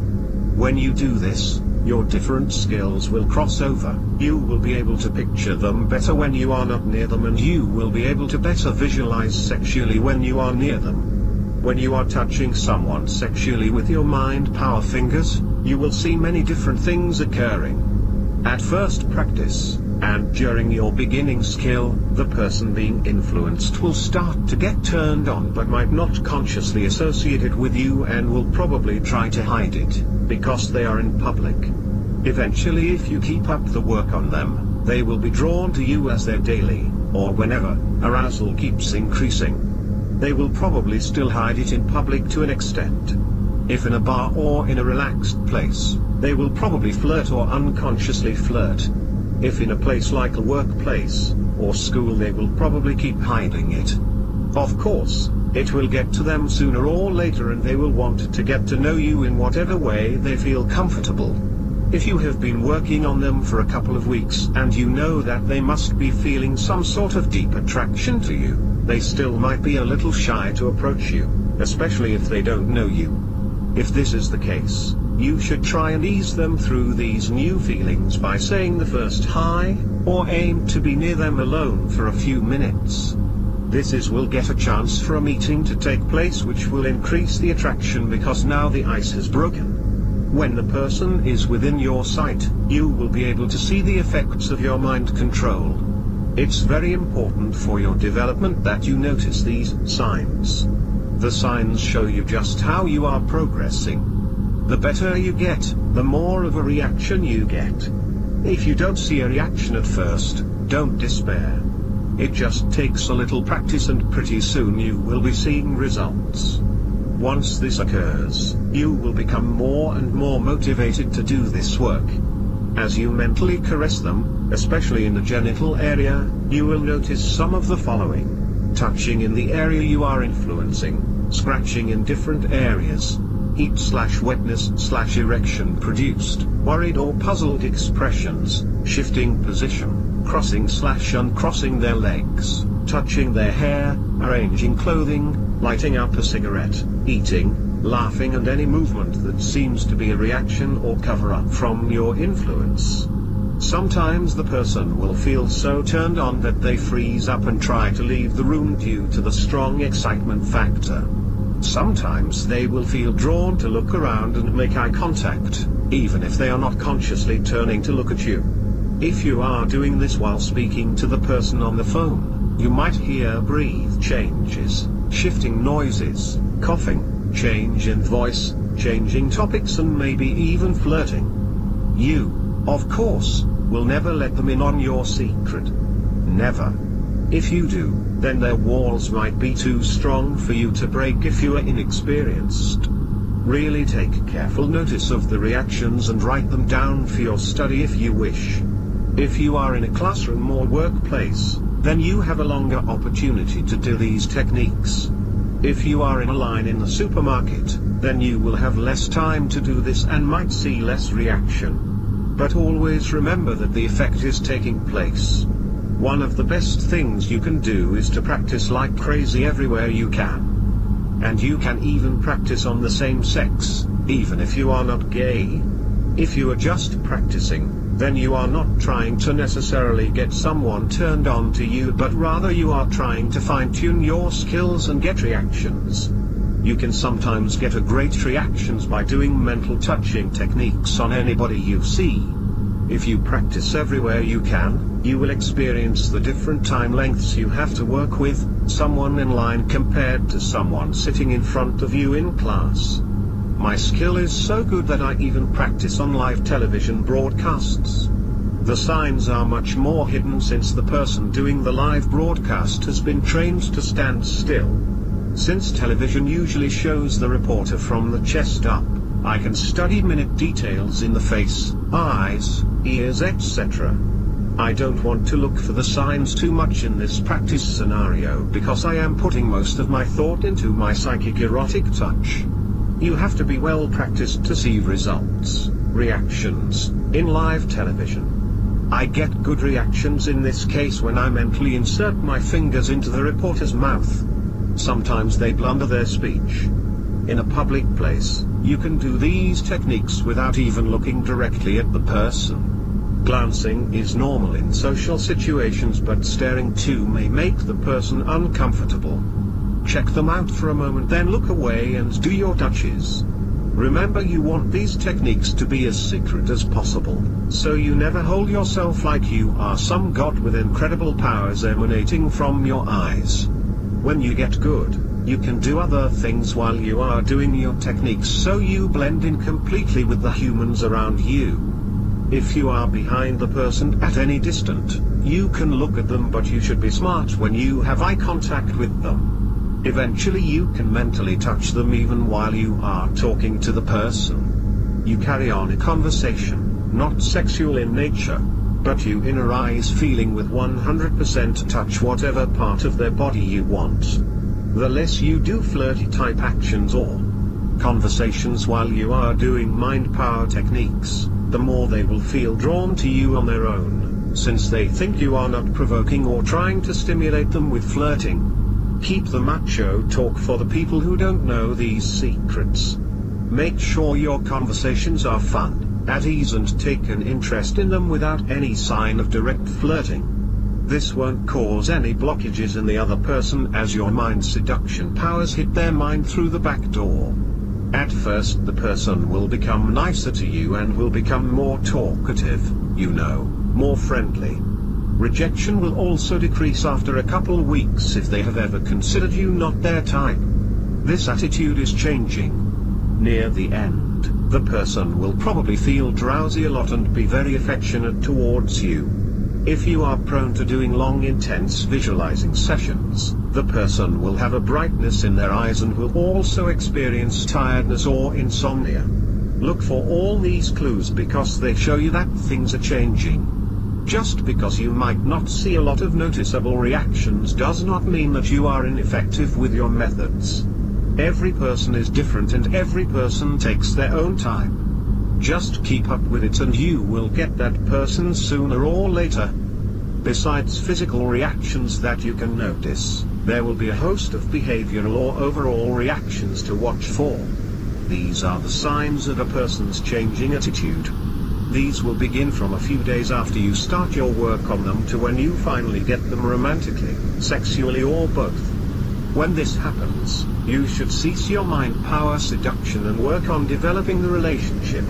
If you keep doing it constantly, your mind will never learn that it was finally successful and thus can relax and enjoy the rewards. At first the person will become nicer to you and will become more talkative, more friendly. If you are prone to doing long intense visualizing sessions, the person will have a brightness in their eyes and will also experience tiredness or insomnia. Rejection will also decrease after a couple weeks if they have ever considered you not their type. This attitude is changing. Near the end, the person will probably feel drowsy a lot and be very affectionate towards you. Look for all these clues because they show you that things are changing.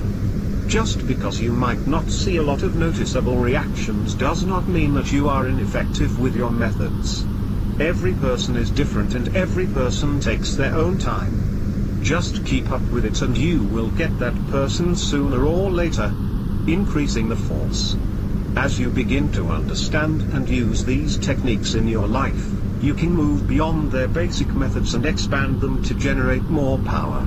Any books you can get on mind power or psychic techniques can be useful, and you can grab bits and pieces from these different sources for your benefit.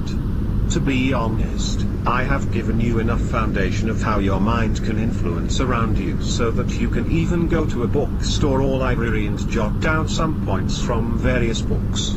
Obviously, the more you study things that are considered occult, the more things you can find. Everybody finds their own ways of increasing their power to influence. Some practice yoga, some do tai chi, some implement karate training, some do pranayama, yogic breathing, some get into crystals and stuff, some use subliminal tapes and self-hypnosis techniques, some try magic, some try tantric sexual yoga, some use brainwave-inducing devices, and the list goes on.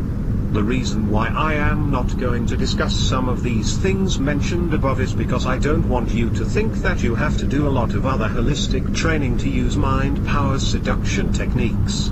You can if you wish, and it will increase your power, but you get involved into what you want if you want. I would rather teach you more rare knowledge because all the above interests are readily available, except maybe pranayama, if you seek them out in your city. Radionics/psychotronics/shinx are very rare. Have you ever heard of them? These are great tools for your development and mind power seduction abilities. They allow you to increase your power by far without having to get into a new age lifestyle. The information of radionics and the like will be in the next chapter. For this chapter 1 will give you some general information which will increase your power to influence. I'm sure that you will find it a great asset to your mind power seduction work. These pointers and additions will be brief, but hopefully they will get you on your own path of exploring other ways to enhance your power. I will first start with how to approach the theta level of brainwave activity for mind power seduction usage. Since full conscious theta manipulation is a very advanced subject and is only accomplished by a handful of people, I will not go into detail in this book. Besides, when you are able to remain conscious while in a theta state, you won't want to be spending your time on mind power seducing or arousing. As mentioned in a previous chapter, your brain waves emit a theta frequency at the moment just before sleep. To incorporate mental-based seduction techniques with this theta brain state is very easy to do in practice. This should never become your choice of techniques since it is only an enhancer to your alpha work, a good enhancer that is. The procedure is to do your usual alpha visualizing, but instead of doing it during the day or in an evening session, you want to do it when you are in bed and ready for sleep. Make sure you are ready for sleep and you won't need to get up and set the alarm or whatever. It's very simple. Just keep up your visualizing as long as possible as you drift into a sleep. As stated in the earlier chapter, you won't be able to remember the exact moment that you fall asleep, but let your visualizing be the last thing in your thoughts. Of course, you cannot force this action and expect to consciously notice something. Just do your visualizing and soon you'll be asleep. The moment you do fall asleep, your theta brain waves will pass through those thoughts or visualizations and give them a great burst of energy. What usually happens in most situations is that just a few minutes or so before you are about to fall asleep, you change body position and stop what you are doing, thinking, listen to music, etc. You usually don't remember when this happens, so it's hard to stop this. However, with practice and self-programming, you will remain visualizing until you reach the theta state. After that, you will stop visualizing, because you are now asleep. But all you need is that quick moment of theta. Remember when I mentioned that if you are in a theta state, the person you are working on will actually feel your mental touches as if a hand was really there? Well, this will happen at that moment if your visualization remains stable up to this point. It will be quick and instantaneous, but it will have a great effect, especially since you will be doing alpha work, deep alpha, as you slowly drift into sleep. It's like giving your visualizing a shot of electricity at this moment of theta. It is important that you give some time to develop your own self by using your mind power skill. I spend equal time using mind power techniques to accomplish any goal and equal time using mind power techniques to develop myself. And yes, I mean equal. This way not only does your skill develop for mental persuasion but yourself as a person develops too. This will give you greater power in the long run. It's up to you what you want to develop within yourself other than mental abilities at seduction, but you can use mind power to do it. Spend some time visualizing other things to enhance your life, job, money, friends, knowledge, memory, etc. Since you are in an alpha state when you visualize, you will be in the perfect state to influence your own mind and hence your own reality with other aspects of important things. Just visualize yourself as if you were already the way you want to be, for example with a promotion, with a new car, getting the audition, people treating you with respect, improved health, etc. One of the best things you can do that relates to mind power seduction is to spend time visualizing yourself with tremendous powers of seduction. See yourself having easy success at it. See yourself influencing people easily. See other people being jealous of you because the opposite sex always falls for you. See yourself in the way that you want yourself to be after practicing mental seduction for a year. See yourself always with a grin knowing that you always get any person you want, or whatever. If you do this, it will quicken the results of your mind power seduction work because you are literally molding yourself into becoming powerful at it as you do become powerful at it. Your diet can greatly affect your mental powers. Consuming a great amount of junk food and meat puts more work into your body, energy that could better be spent on mind development. I'm not going to preach diet stuff on you, that's why I'll keep this short. If you change your diet to that of a no meat, no junk food diet, it won't be too long before your visualizations become clearer and easier since your body is cleaning toxins and chemical additive out of your system. Your blood will be cleaner and this will nourish your brain and soul. I never really understood this till I began studying yogic pranayama and the geometry behind chemicals. It's really beyond the scope of this book to give you spiritual aspects of a good diet. All you need to know is that it is very important since the body uses much energy for digestion. The toxins in meat and chemical created foods do take their toll even though you probably won't want to admit it. Some of the chemicals are deliberately added to food for psychological manipulation, but that's a whole other story. Just try to eat healthy. And of course, exercise helps tremendously. You will gain more self-confidence, endurance, discipline and a healthy heart and mind. Avoid drugs when doing mind power work. You might think that it will enhance your work. But the enlightenment you think you experience when you are high is chemical induced as opposed to the enlightenment you will experience from a developed, trained and practiced mind. The later type of a high you won't lose. As your awareness grows and changes, your life does.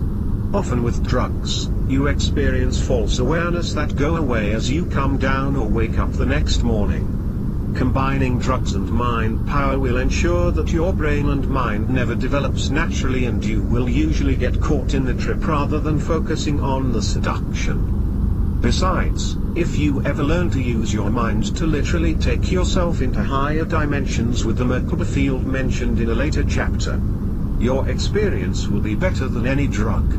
Any mind power work that you do, whether it's seducing people, traveling to other dimensions, out of body traveling to the past or whatever, you must have a little understanding of Hermetic philosophy. This philosophy embodies the following principles. 1. Every human is a transmitter and receiver of impulses that exist and live within a specific wavelength. 2. These impulses can be detected by a trained mind. 3. A human individual's subconscious mind is interconnected with the universal subconscious. Within all individuals is the holographic duplicate of then entire universe. 4. Intuition is the what you use to become receptive on this level. 5. The feeling of knowing transmits like a radio with this wavelength.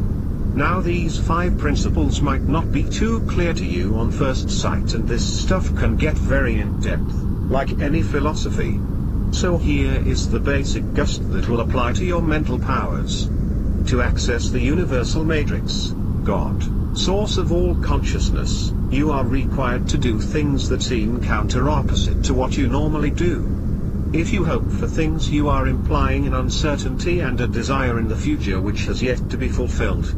If you imagine for things, you are anticipating the future and are not uncertain. There is a fine line between the idea of hoping compared to imagining, or creating. Here it is in even clear terms. Hermetic principles only operate in the present. If you want something in this material third-dimensional world, and it can be reasonably available to you, all you have to do is transmit that want to your subconscious mind. Your subconscious mind will create your wishes only if the desire is transmitted properly to it from your conscious mind. Now here's that fine line. To make your desire successfully reach your subconscious mind, connected with the universe, your conscious mind must cease to exercise the desire. As long as the conscious mind wants something, the very act of wanting implies a future tense in regard to fulfillment. Since your subconscious only deals with the present moment, any idea that is offered to it that is not in context with the present moment, that idea will be ignored. So the way that you apply this to your mind power seduction work is that you must see your desire as if already satisfied, as if you were doing it in the present. This highlights what I've stated many times, that when you do your psychic touches you must feel it 100% and feel it as if it was happening in the present. The same goes for when you are doing seduction scenario visualizing. You must see and feel, with visualizing, the scenario as if it is happening in the present. Of course, you do this to the best of your ability and you will still get results even if you cannot feel the total present tense in your visualizing. The more you feel and experience your visualization work as if it were in the present moment, the quicker your results. Let me tell you a tip that I've discovered. You can trick your subconscious mind if you can act or pretend. If you have a hard time feeling the presentness, you can pretend to feel it until it starts to feel real. If you hold yourself as if it is happening in the present moment, even though you are acting, you will find that real feeling of present awareness with your visualization will come to you easier. Actors and actresses can do this very easily. They can feel a situation as if it were really happening in the present even though they are pretending to be someone else in someone else's situation. Once the performance is done though, they go back to their lives. You can do the same but don't stop the feeling. Continue it until your visualizing becomes real. And don't just feel, or pretend to feel, the present tense in your visualizing. When you are done, hold yourself or feel yourself as if you actually had touched or experienced something with that person. If you had actually had a seduction encounter with someone for real, you would be thinking about it and remember it later, wouldn't you? Do the same after your visualizing, even if it is just a little bit. Keep an inner smile on your face because you got to caress and seduce the person that you desire. You are training yourself to not only visualize the experience as if it was happening, but you are training yourself to live the experience as if it was a part of your life. This hermetic process is difficult for most beginners to apply. It requires you to believe that a desired condition exists before it can be manifested in the physical world. If you wish for a desired state, or hope that it will come to pass, you are automatically thinking in the future tense. As long as you want something, and the want remains unfulfilled, on this third dimension, your aspirations are centered in the future and cannot be transmitted to the eternal now of the subconscious. Hence, desire nothing and there is nothing you shall not realize.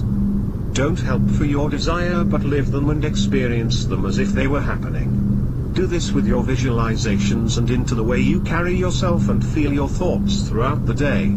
Your subconscious is a force that awaits activation and response through knowingness and certainty, thus, blind trust. The mind is not capable of bringing anything to pass except when it is accomplished by the emotional counterpart of the idea. Feeling is the secret. You obtain your desire by feeling as if you already had what you want.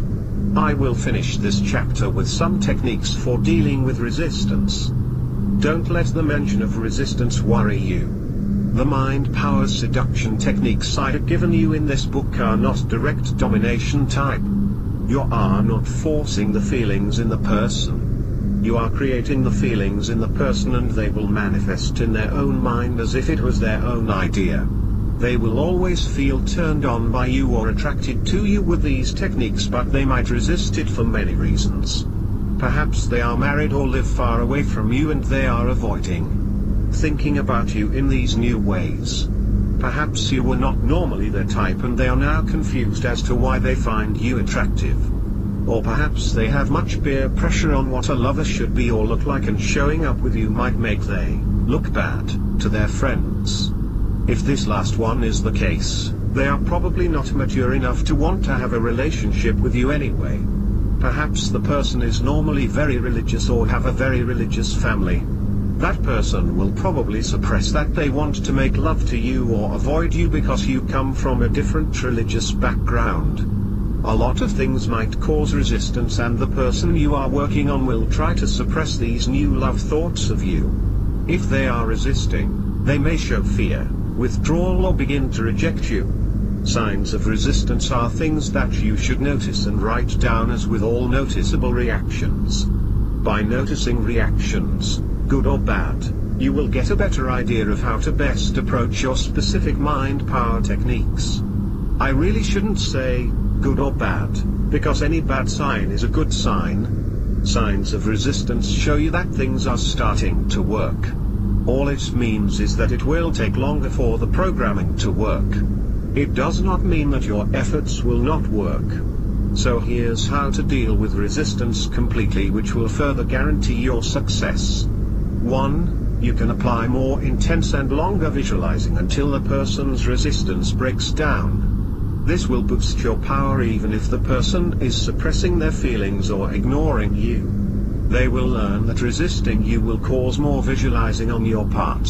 Of course, this is all on an unconscious level, since they don't consciously know that you are using mind power techniques on them. 2. You can make a U-turn and visualize them very much wanting to achieve your goal, yet at the same time in your visualizing, you give them the cold shoulder. While you visualize, make them want you and be so eager to please you, yet you blow them off and reject them. This can also break the person's resistance completely, because their mind cannot understand this influence or how to solve it, and therefore the person is without defense.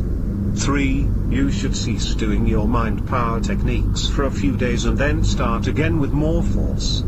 Continue this stop and starting if the person still resists. These pauses can be very effective, because when you are holding off on your techniques for a few days, the unaware mind of the person feels that the pressure is off and the person begins to let down their defenses.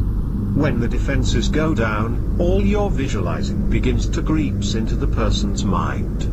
When your mental images are blocked, they don't fade away.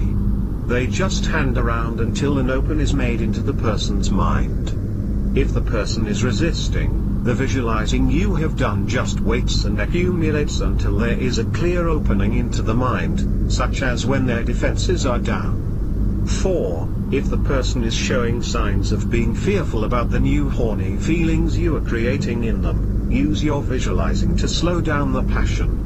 A gentle touch is often needed, and then you can slowly build up the visualizing to erotic, intense levels. Visualize being friends at first and doing friend things, non-threatening, and then work up to lustful things after a few weeks. This technique is important if you are trying to get a person to fall in love with you. You first visualize being happy and comfortable with you, maybe laughing and playing, and then put in the sexual scenarios when you have fully instilled the safe scenarios. 5. If their unconscious mind can't handle the load of your influence, the person may even try getting away from you. This can occur even if they don't even know you, but they are resisting unconsciously. It doesn't matter how far the distance, the farther the better, since their defenses will go down and you can continue to do your work, and your influence will gain entry into their mind much easier. The only problem is that you won't be able to monitor their reactions or signs of changed behavior, but that's okay because sparks should fly the next time they see you. And if you keep up with it during after they move, they will begin to miss you like crazy. If the person you are working is resisting to some extent, then work with one or all of these techniques. Be very alert of their signs so you can use the best technique. Some people get ill from energy/strength loss when trying to wrestle against your influence.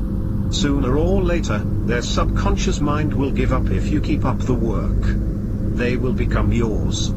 Every person is different and every situation is different, so enjoy this diversity because it will fine-tune your mental abilities and give you great experience at this type of work for future efforts.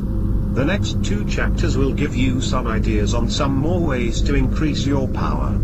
One is on radionics, as mentioned earlier, and in the other one I talk about neurological triggers and anchors. Radionics, Shanics, sacred geometry.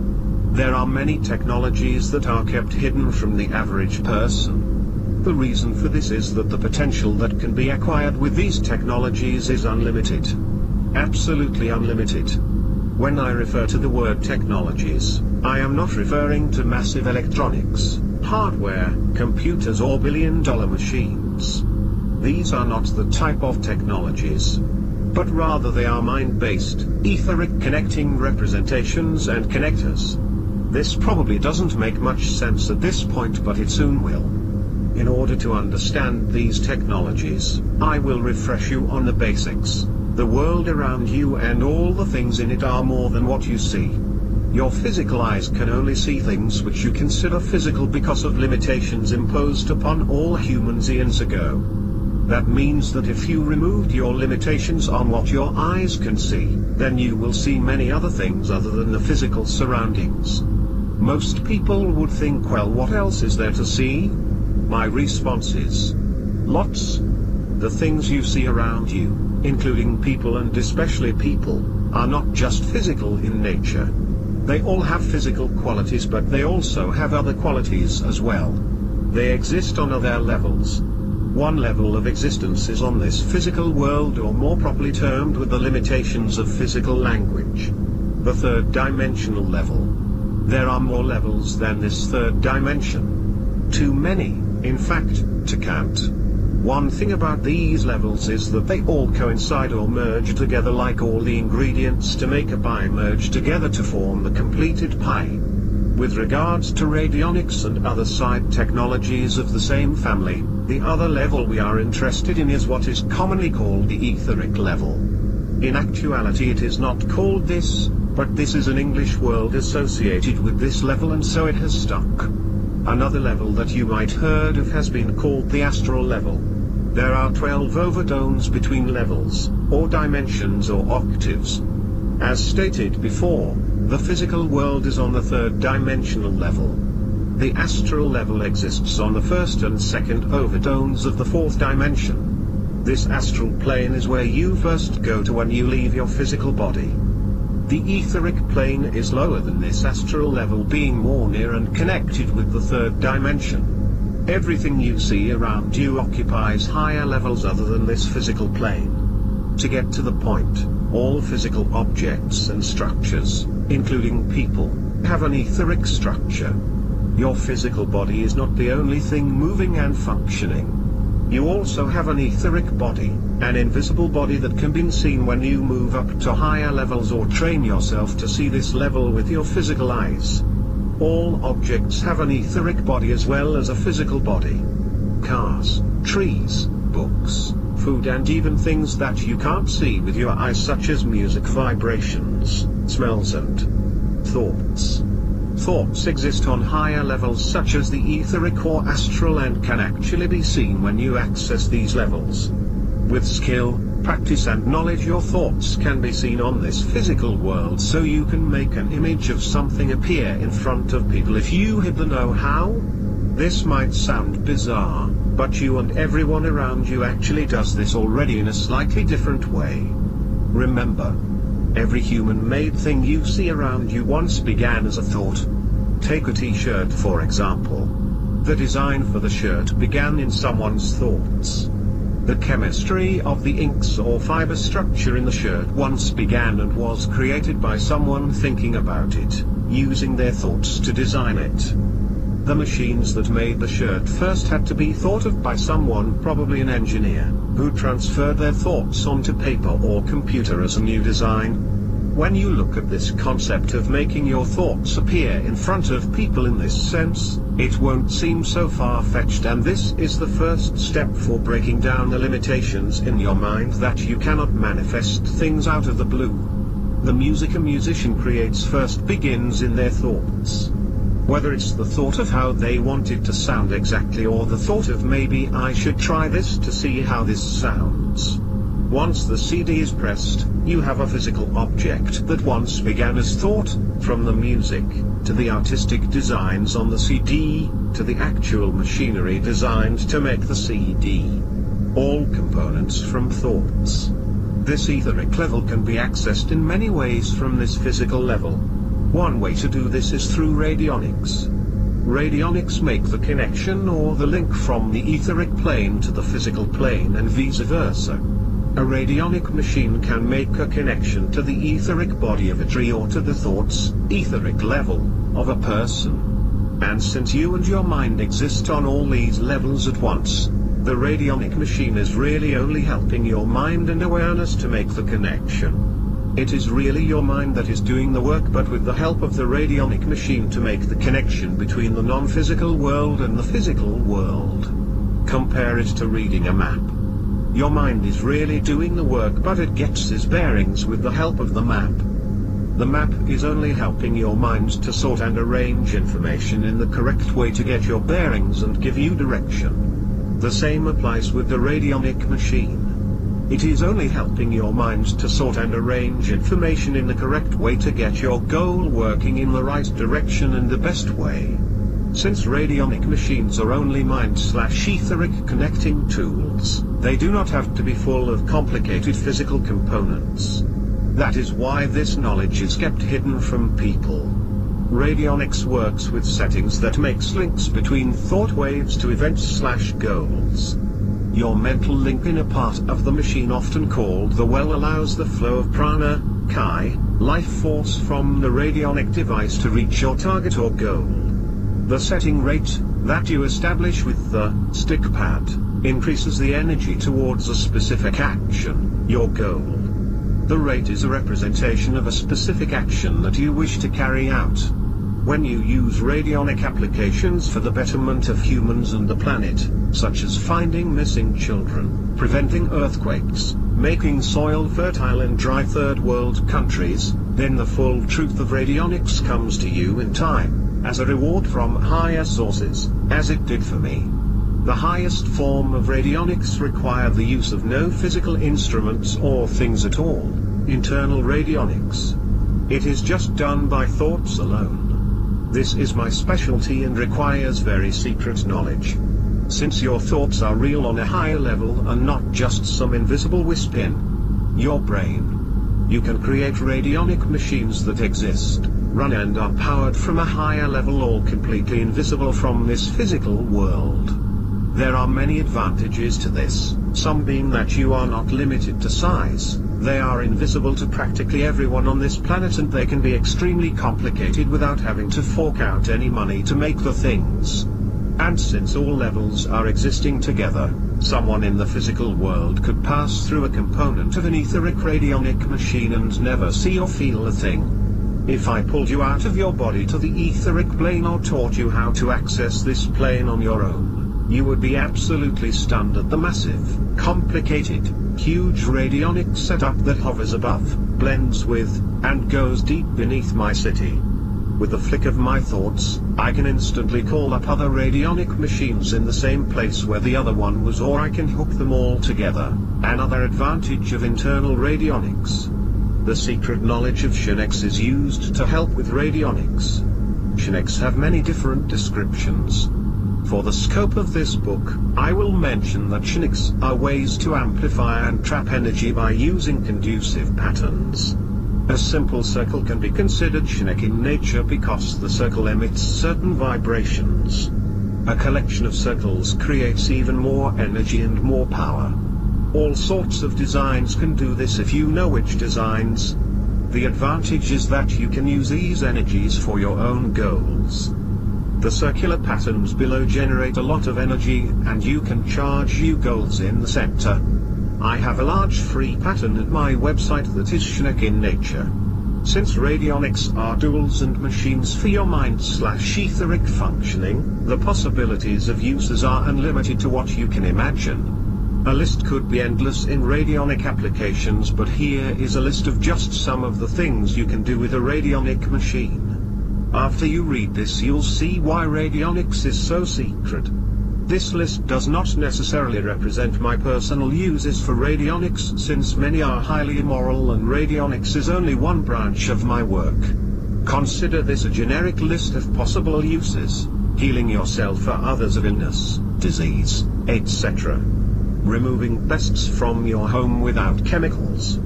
Removing pests from crops without chemicals. Teleportation, moving your body around the globe with your thoughts alone. Levitation, raising physical objects into the air, for example pyramid stones. Assisting with creative artistic endeavors. Personal protection. Psychic warfare if you are under attack. Removal of alien implants in your body. Accessing other dimensions and realities. Gaining secret knowledge. Reading the mind of others. Remote viewing, invisible cameras inside places of your choice. Telepathic communication between individuals. Wireless, invisible telephonic transmission. Say goodbye to high phone bills and great if a disaster hits and all the phone lines are down. As an FM stereo. Military applications. Removal of harmful electromagnetic frequencies surrounding you. Broadcasting music or images, my specialty. Tapping into satellite systems. Remote viewing beyond the planet to other planets. Interdimensional warehouse construction. Making water taste better. Programming water to have particular qualities to enhance personal development. Invoking the light. Spreading love more creatively to anyone or anything. Winning the lottery. Dematerialization of physical structures. Breaking down time/space grids around your house for truly multi-dimensional living. Accessing higher levels of consciousness and help from higher sources. Inducing brain states and altered states. Programming specific energy patterns into anything. Transferring the energy of ancient power sources into Shinic, radionic devices. The list could go on and on. As you see, the question of morals comes up with many applications that are within your reach with radionics. You will find that any knowledge that comes to you on a higher level has to go through your conscious morals. Most people think that because it is higher knowledge and awareness, it is always on the positive side. This is not so. Higher knowledge can be used for both good and bad depending upon your choice. You can go to higher levels of awarenesses and dimensions and be a totally evil person. The control structures on this planet have been set up and implemented by negative beings reside on higher dimensions. A rule to follow is to keep your radionic work centered around love always, with no exceptions. For example, use your radionic machine for remote viewing to find missing children, but don't use it to watch your favorite actor/actress take a shower. I often notice most after someone reads this book is that they want more information on radionics. The subject quickly becomes tempting. This is our natural tendency to seek power in external devices. Let me state clearly that all of the above applications can be accomplished with the mind alone, for the radionic unit is not actually doing the power or work. It is your mind. The device is only to help focus the intent. With a highly trained and practiced mind, you need no machine to do this for you. Radionics is a branch of Shinics which uses instruments to analyze and transmit information about and to etheric fields. The main key in radionic work is what is known as the rate. The rate is nothing more than a language for translating psychic, mental impressions into numbers. Everything in existence can be converted into numerical form. This is very complex to get into, so I'll keep it simple. Think back to your high school mathematics about the mathematical symbol called pi. If you remember, this pi notation starts with 3.1416 and continues to infinity. It never ends. What your math teacher didn't mention, because they don't know this, is that everything in existence is contained numerically within the decimal places of pi. If you were to convert your name into numbers, it would be found somewhere in pi. If you were to convert your bodily cellular structure into numerical notations, it would be found somewhere in pi. Your car's license plate could be found in pi. The time and date of your physical death is within pi. The memory and experience or a childhood trauma is within the pi notation somewhere. Feelings, thoughts, emotions, memories, goals, dreams, purposes, whatever, can be converted to a numerical form and found somewhere in pi. The amount of atoms that you have breathed in your life so far can be found in pi. The amount of atoms you will breathe for the rest of your life can be found in pi. A radionic visualization can be converted into numbers and be found somewhere in pi.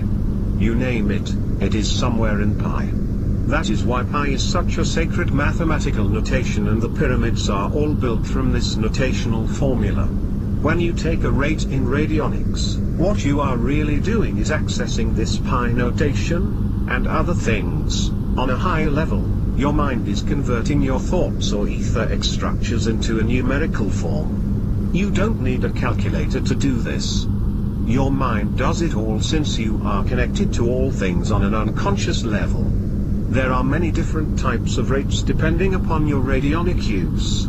If you were to take a contact rate of a person for healing purposes, then this rate or series of numbers places you in contact with the person's etheric body. If you were to take a contact rate for a population of people, then this rate or series of numbers places you in contact with all the people's etheric bodies. If you were to take a contact rate for a television satellite in orbit around the Earth, then this rate or series of numbers places you in contact with the satellite's etheric body. The contact will be maintained until you break it, something like an open phone line. Contact rates change each time you wish to get in touch with the structure, so there is no point in recording them for future use. If you are trying to make a connection with something, then you would take a contact rate. A rate is done with the dials on the radionic machine. Analysis rates are used when you want to analyze something or to take a rate for something that will not change. This rate never changes and can be recorded and used for future use. Other types of rates are pattern rates, broadcast rates, balance rates, light rates, orgone rates, telepathic rates, just to name a few out of hundreds. Remember that I'm trying to introduce you to something very advanced, repressed and powerful, so I am just revealing the basic. The more rates you take with your radionic use, the more intricate of a connection you will make to the etheric energy and more success you will get with your radionic machine. Eventually, when you get very skilled at internal radionics, rates can be taken in the thousands just by your thoughts alone, and connections will be made without you having to deal with any numbers. How could you possibly do something like this automatically? It's simple. Make a radionic machine that will do it for you and tap into it whenever you need to deal with massive amounts of rates being creative. A rate can be taken with your radionic machine very simply, almost too simply to believe that it works. It's done with the use of what is known as a stick pad. A pendulum can also be used after some preliminary practice, but the stick pad is just as good. This pad can be made from anything flat and smooth. Even though plastic and rubber are not natural, they work extremely well, and that's why the top of a coffee can is sufficient. Copper and gold are the best.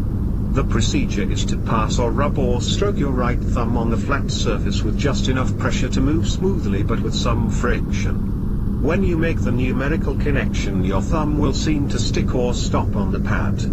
A stick is hard to describe, but you will know it when you feel it. It's different for each individual. Essentially, the pad seems to grab the thumb and stop it. This is the connection. What is really happening is that you are consciously asking your subconscious mind to access the binotation by giving a sample number to try.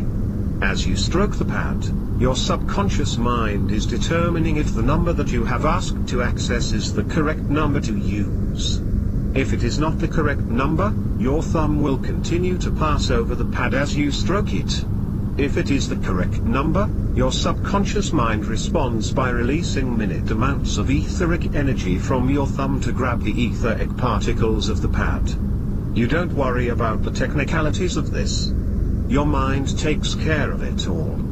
Just the action of you rubbing the pad slowly and asking your mind if it is the correct number, and knowing that your thumb will stick if it is the correct number, is all you have to do. Your subconscious mind takes care of the rest. You know that when you eat something, the food will get digested in your stomach and pass into your body, but you don't have to think about all the chemical, biological, neurological, physiological responses and mechanisms within your body to make this happen. You just eat and your subconscious mind takes care of the details. If your conscious mind says that is how you will take a rate for the numbers and what will happen if the correct number is found, then leave it up to your subconscious mind to make it happen. Just rub the pad and your thumb will stick for you at the correct moment.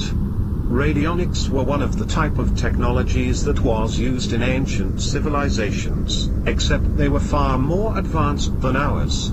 The mind/machines were much different than current radionic machines. Most were powered by natural earth grid energies and earth source energies found in crystals, stones, etc. They were also powered by thought, sacred geometry, sounds and more. Radionics have changed form and use throughout the ages. Medieval times revealed different types as well as some native aboriginal rituals, dancing, art, chanting, etc. were radionic in nature, much different than modern radionics. Radionics is like languages, there are so many different types, variations, branches, levels and uses. I know some people that can move stone with just their voices. I've seen it many times. They have a great knowledge of sound and harmonics, but also they use the earth as a type of radionic machine and dance a certain way, which is their rate. Their beats and steps upon the ground give them the numbers to make the connection between their mind, voices and their intent. Their movement upon the ground reflects sacred geometry, enabling them to generate even more power. This stuff can get very heavy duty, and that is why it is rarely known and why you probably won't even believe this chapter. If all this seems pretty far-fetched, that's okay. This is nature's way of ensuring only certain people get this knowledge. But despite the rarity of this knowledge, you will be surprised at just how many people are involved in radionic research. I myself am a radionic researcher, and my applications of my radionic technology are very vast. I am working on the broadcast of sounds, tones, harmonics and frequencies worldwide without using any electronics. This might seem strange, but wouldn't it be neat if your city was engulfed with music?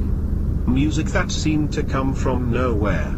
Music that penetrated all physical structure. Music that healed and got rid of disease, fear and lower awareness levels. My people are working on this right now worldwide.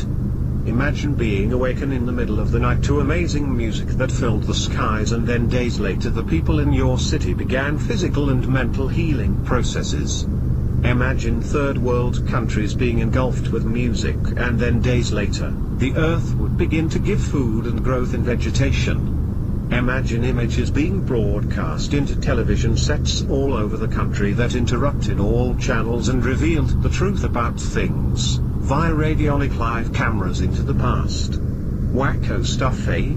Speaking of radionic cameras, I have a full webpage devoted to Dr. Ruth Drown's radionic camera of the 1950s. Well, it's all possible if you know how with radionics and sacred geometry. All this won't sound so strange when you hear music rain down from the skies in your city. When the timing is right and the balance is centered. It will happen, and it will start to bring people into new awarenesses and a new world in a positive way as opposed to the negative, fearful ways. Doomsday, Armageddon, aliens coming to get you, etc. So what's the deal with sacred geometry? I've mentioned it enough times, and I thought that it would be nice to give you a little hint of it. I stress little. Yeah, you could use radionics for mind power seduction, but I've included this chapter to spark your awareness to new levels.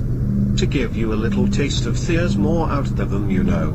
When your mind is raised to new levels, your thoughts and use of your thoughts gain more power. Sacred geometry is the language of everything. You probably remember learning about geometry in school, or are currently learning. Sacred geometry is a little different than the stuff they teach you in school. This type of geometry has to do with shapes and mathematics, but more on a cosmic level. The prominent aspect of sacred geometry is that everything is a byproduct of geometry, and everything is connected by geometry. Geometry can be described mathematically. This is not hidden, so there is mathematics, sacred mathematics, in all things. From the pyramids to your eyesight. Geometry can be found in everything in the universe, and understanding of sacred geometry can give you the knowledge of all the universe. Obviously this can take books and books to begin to describe, so this knowledge that you'll find here is just a slight taste. When you understand the geometry in everything, you can begin to understand how life works and how we all fit together in the cosmos. Everything is created in a certain geometric way and has geometric properties. From DNA to bodily cells, to trees, to dimensions, to language, to viruses, to music, to computers, to chemicals, to atoms. Here are the basic geometric shapes. They are often called the platonic solids. These are the components of so many things in the universe, from the energy fields around the planet to the energy fields around your body. They can even describe your cellular structure and your DNA if you know how to put them together. They even show exactly how the universe was created if you know how to understand them. The most important image of sacred geometry is the flower of life, because within it contains all of creation. Everything is created using this geometric pattern, everything from music, to language, to nature. This will not be readily seen to you if you have never seen or studied sacred geometry. Remember that sacred geometry is not just nice images on paper. These are motions and formations in multiple dimensions. For example, the flower of life is made up of a collection of spheres that are interlocked. When they move in a certain way, they can change form and create what is called a tube torus. This is the shape of our universe, in 3D of course, depicted in a 2D way on paper. There is so much contained in this image that would take a book to really describe. One of the things that I find most interesting is that all alphabets of all languages can be found in this image. See Dan Winter's work. It's all a matter of how you view it and what you view. If you picked a certain section of this tube and rotated it around, you could clearly see each letter of the English alphabet or even the Hebrew alphabet. When you convert the Bible in its original Hebrew text into this image, the Bible can literally take shape in sacred geometry. This tube torus also shows the gravitational force of the magnetic components of this planet. Even all the ancient sites are laid out on one of the line spirals, called the Fibonacci spiral. This is a mathematical spiral that comes from a certain relationship of numbers depicting organic growth. If you study the layout and placement of all the ancient temples and structures, they all lay on this Fibonacci spiral and stem from one particular point in Egypt. The Fibonacci spiral can be seen all throughout nature: ram's horn, nautilus shell, sunflower double spiral, and is the connection between music and the world around us if you study it. These symbols occur everywhere in the universe. You cannot understand why all this has been hidden from you, because full knowledge of this can make you a very powerful and enlightened human. The Earth has energy fields surrounding it called grids. There are many different types of grids around the planet, and they have many different geometric shape. Ancient people knew about these grids, lines or ley lines as sometimes called. This is a free source of natural power if you can tap into the grids. Nikola Tesla, the inventor of the radio, knew all about this stuff and designed some amazing things, most of which you will never read about. One of his biggest accomplishments that wasn't hidden from the public was his ability to broadcast electricity anywhere on the planet. With 8 special generators, Tesla coils, placed in certain positions on the planet. He could tap into these grid energies and the result would be complete electrical power for the entire world. It's interesting that these towers would have to be placed at certain grid points coinciding with sacred geometric energy points. He knew something big, but little became of this invention, yet. Nikola did leave a big impression on the world though. Every time you plug something into your 60 Hz outlet in the wall, you are using his invention, a current. A little bit of Tesla is everywhere. In every home and every business.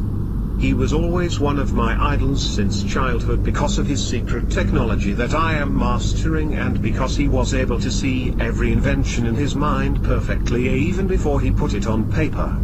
That's why he got it right the very first time when manufacturing a prototype. He was a genius at visualization, and he applied this for the good of all with his inventions. However, the best of his work has been carefully hidden from the public. So just how important is this information? Well, sacred geometry can give you extraordinary abilities and can even give you the vehicle for moving into other dimensions. Around your body is an energy field that consists of 2 interlocking tetrahedrons. This image on a flat scale is also known as the Star of David. However, the true knowledge of this image is still pretty much secret. On a full 3-dimensional scale, this image is a field of energy in the shape of 2 interlocking tetrahedrons called a Merkaba or Merkaba. You have this field around you, however it's probably not activated.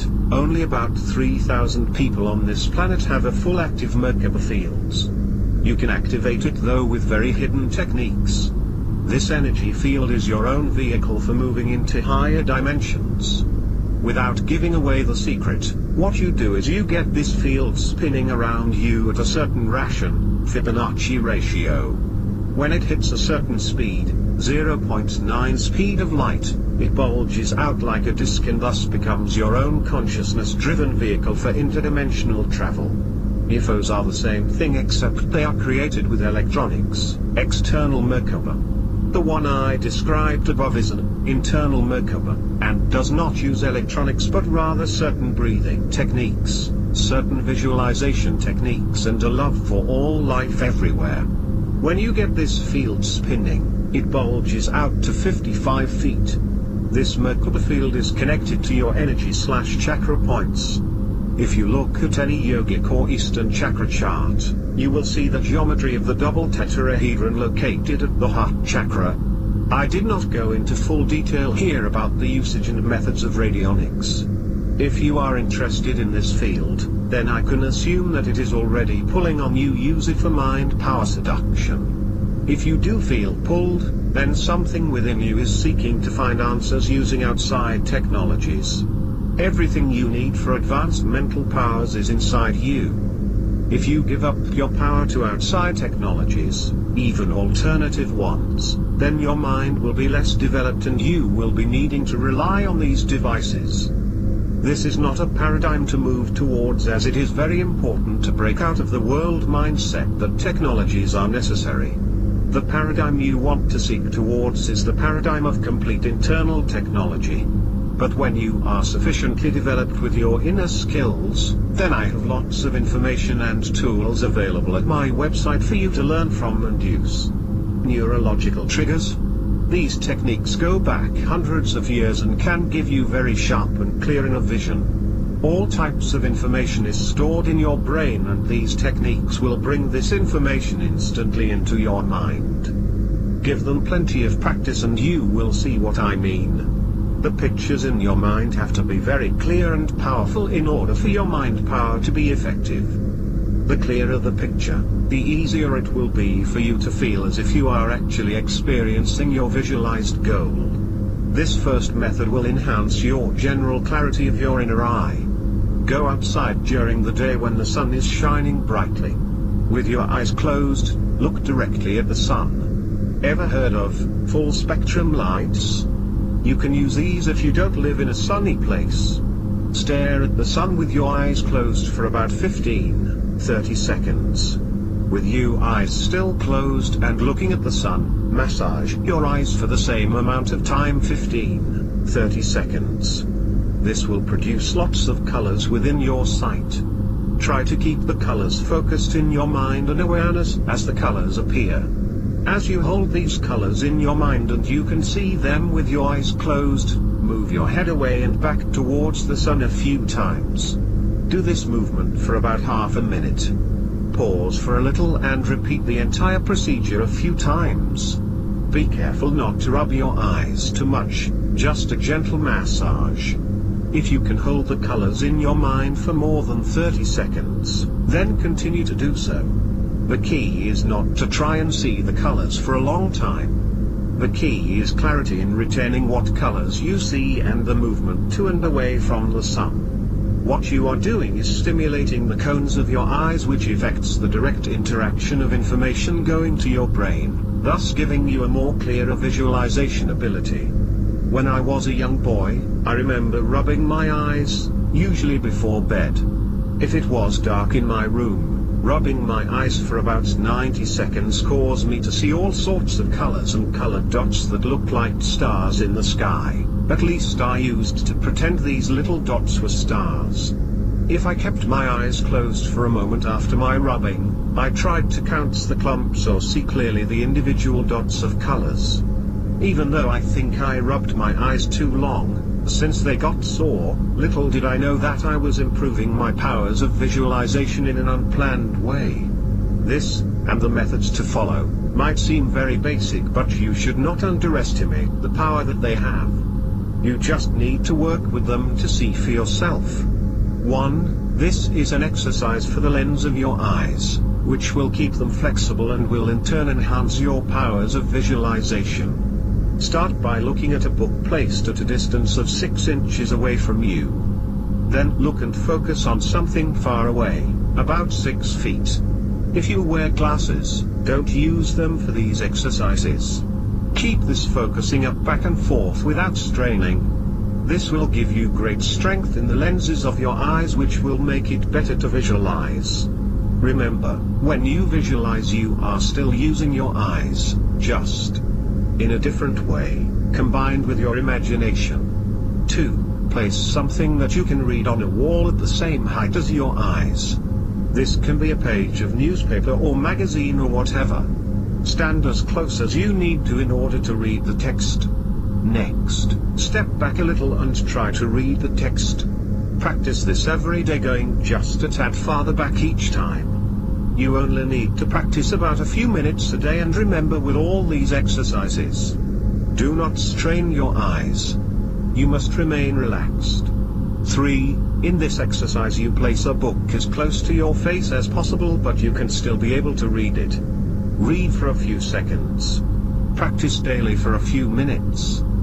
The eye positions given now will open up hidden information in your brain as well as strengthen your memory, focus and learning capacity. These are natural neurological triggers that stimulate certain parts of your brain's electrical impulses, which can then create specific results. 1. To recall visual memories, look straight ahead and then up to the left. Hold your eyes here for 25 seconds. This process forces your mind to recall visual memories when you are wanting to remember them. It will also strengthen your visual memory, visualization. 2. To access hearing or sound memory, you need to look down and to the left. You must do this when you are visualizing something that has sound. Look down and to the left and your visualizing and your inner hearing will be more developed. This can be important because adding sound to your visualizing can increase your influence. If you are in that alpha place of yours, maybe visualize a CD player at the bottom left corner of your sight. Look to that location in your visualizing and turn on the CD. Listening to music while you do alpha work can bring total clarity in your visualizing over time. If your mind starts to tune into the physical music rather than the music in your visualizing, just do this trigger. 3. To recall or enhance your touch memory or touch visualizing, practice looking down to the right. Practice these triggers in your daily life while you remember the appropriate memory touch. When you visualize, do these triggers in your mind's eye and enhance the appropriate sensation. 4. Looking up to the right is a very important trigger. While visualizing, this trigger can access new visual formations. For example, when you have created your imaginary alpha room for seduction, lock it into this trigger by looking up to the right and telling yourself that your brain has now made a trigger connection with your alpha place.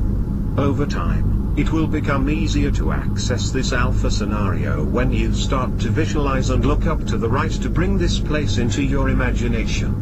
Practice in the day for 1 minute looking up to the right and create new visual images. 5. Taste and smell can be accessed by looking straight down. 6. To access new sound forms, look straight and to the right. If you practice this and use it in your visualizing, you will open yourself up to all sorts of new sounds.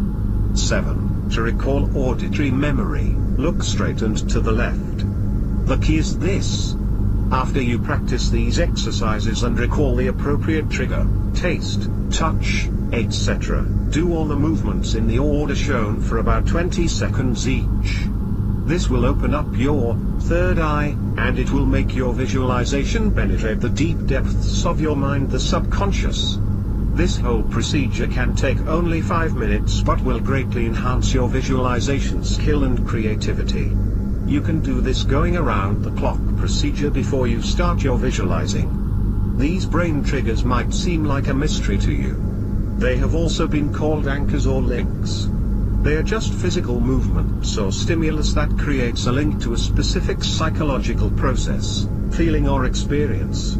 Have you ever listened to a song that you haven't heard in years, and when you listen to the song you can remember the time in your life when that song was prominent?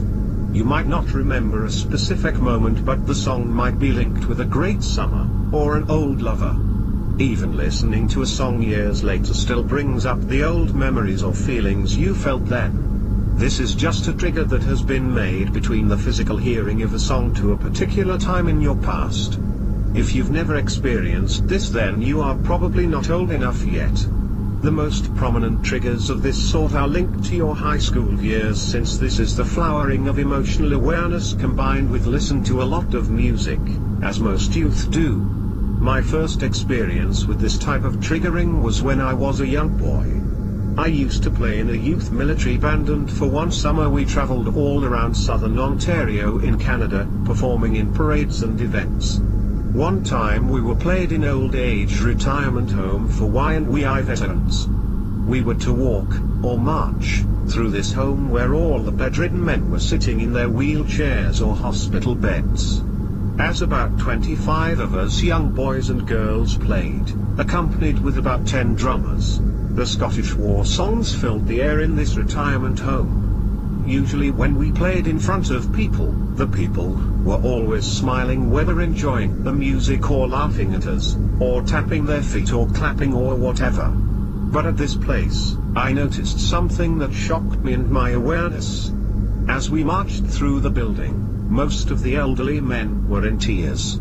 Not just crying with a gentle start of business, but rather letting out all emotions with mouths hanging wide open and tears flowing like crazy. I couldn't hear their cries because the music was very loud, yet I realized at that moment what was happening. Our music was triggering all memories or feelings that these men had during their fighting days.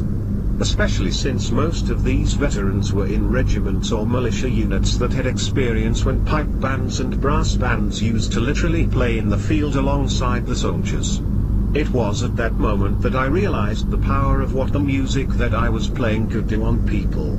The point is that music can create a great trigger within people, but music is not the only trigger. If you have a bad experience while in a high place, hide not drunk, You will associate those negative feelings with a high elevation and thus, fear of heights. The same sort of trigger has been created with all sorts of things in people's lives, whether fearing the boogeyman under the bed to a dislike of a particular food that gave you a bad experience. Sexual triggers are also very powerful, and the most common triggers occur when looking a photograph and you remember or feel a past event.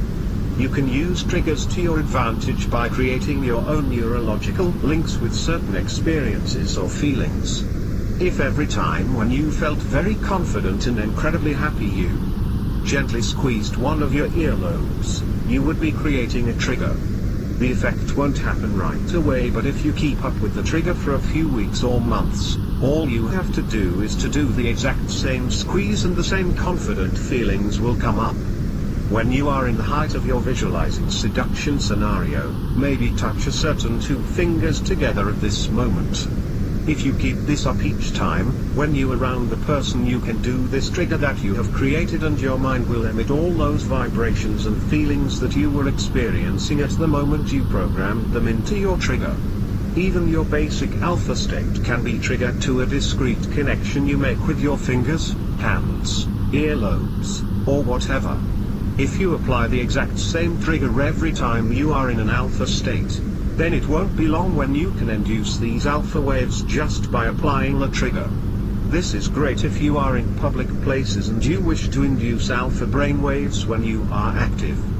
You can also create triggers with physical objects. You just link them with your experience over and over, and soon you can just apply the trigger to get into that experience. Triggers are only limited to your creativity. Here's one creative trigger. While you are visualizing your psychic touching, visualize yourself reaching up to the shoulder of the person you are working on. Place your hand on their shoulder gently for a quick second and then go back to your sexual visualizing. If you repeat this for a few weeks in your visualizing, wait till the person is in front of you and then quickly place your real hand in the exact same quick way on their shoulder, as you did in your visualizing. You will be activating a double trigger here. Your mental seduction alpha influence, and the person will quickly become turned on because you have induced this trigger to be associated with an erotic experience. You can touch their shoulder quickly in a non-intruding way if it's a quick reassurance type of touch, or if you want to pull up your sock or something and you need someone to lean on for a second. It's up to you to get creative with the art of triggering, and up to you to figure out creative discrete ways to implement these. Just make sure that your trigger is the exact same when you are programming it and then applying it. I'd love to hear of your creative uses for triggers as you develop skill at this. Also, let me know and write me about your success with the techniques in this book. See you on the internet list and members area. The sensation of touch is the most important, more than a clear visual image. Feel it as if it was happening in the present moment, not wishing it for a future time. Never tell anyone that you are using 1001st powers seduction techniques on them. Keep your powers to yourself. Use your powers to develop yourself at the same time. Use in other areas of your life. Try to become more and more creative, because your creativity will take you beyond this book. Put your ideas down on paper so you won't forget them. A secret journal would be good. Only use these skills for good intent. You are the master of your morals, not me. You will get the person you want, so don't give up during your beginner stages. Keep plugging away with total confidence. Just good things to remember. Sometimes a few words can say a lot. The hardest part of mind power seduction is getting off one's butt and applying the techniques.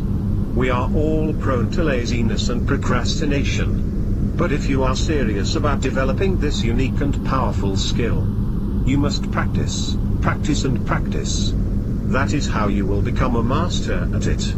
At the end of the Mind Power Seduction Manual, I offered some things to remember. Below are some additional pointers and good things to keep in mind. When the mental image is complete, it can be superimposed upon reality. Your mind can then manipulate the image and thus manipulate the reality. When reality becomes private for you, You are outside of the perceptual fields of any other life form whose sensory endowments are similar to your own. Then you have the opportunity for meditation, exempt from the theoretical bondage of sharing another's perceptual field. Within this world of polarity, choice and free will, you have an opportunity to realize your full potential to become a cosmic creator. As we all near the close of a great planetary cycle, more than ever, it becomes increasingly important that your beliefs not be limited by what you have been taught via your orthodox education. You have to learn to trust yourself, your feelings and the process of your life. Make the most of yourself, for that is all there is for you. Persistence is the hard work you do after you've finished doing the hard work you already did. There are those who see an opportunity and then there are those who seize an opportunity. Look at these worlds spinning out of nothingness. That is within your power. Motivation is when your dreams put on work clothes.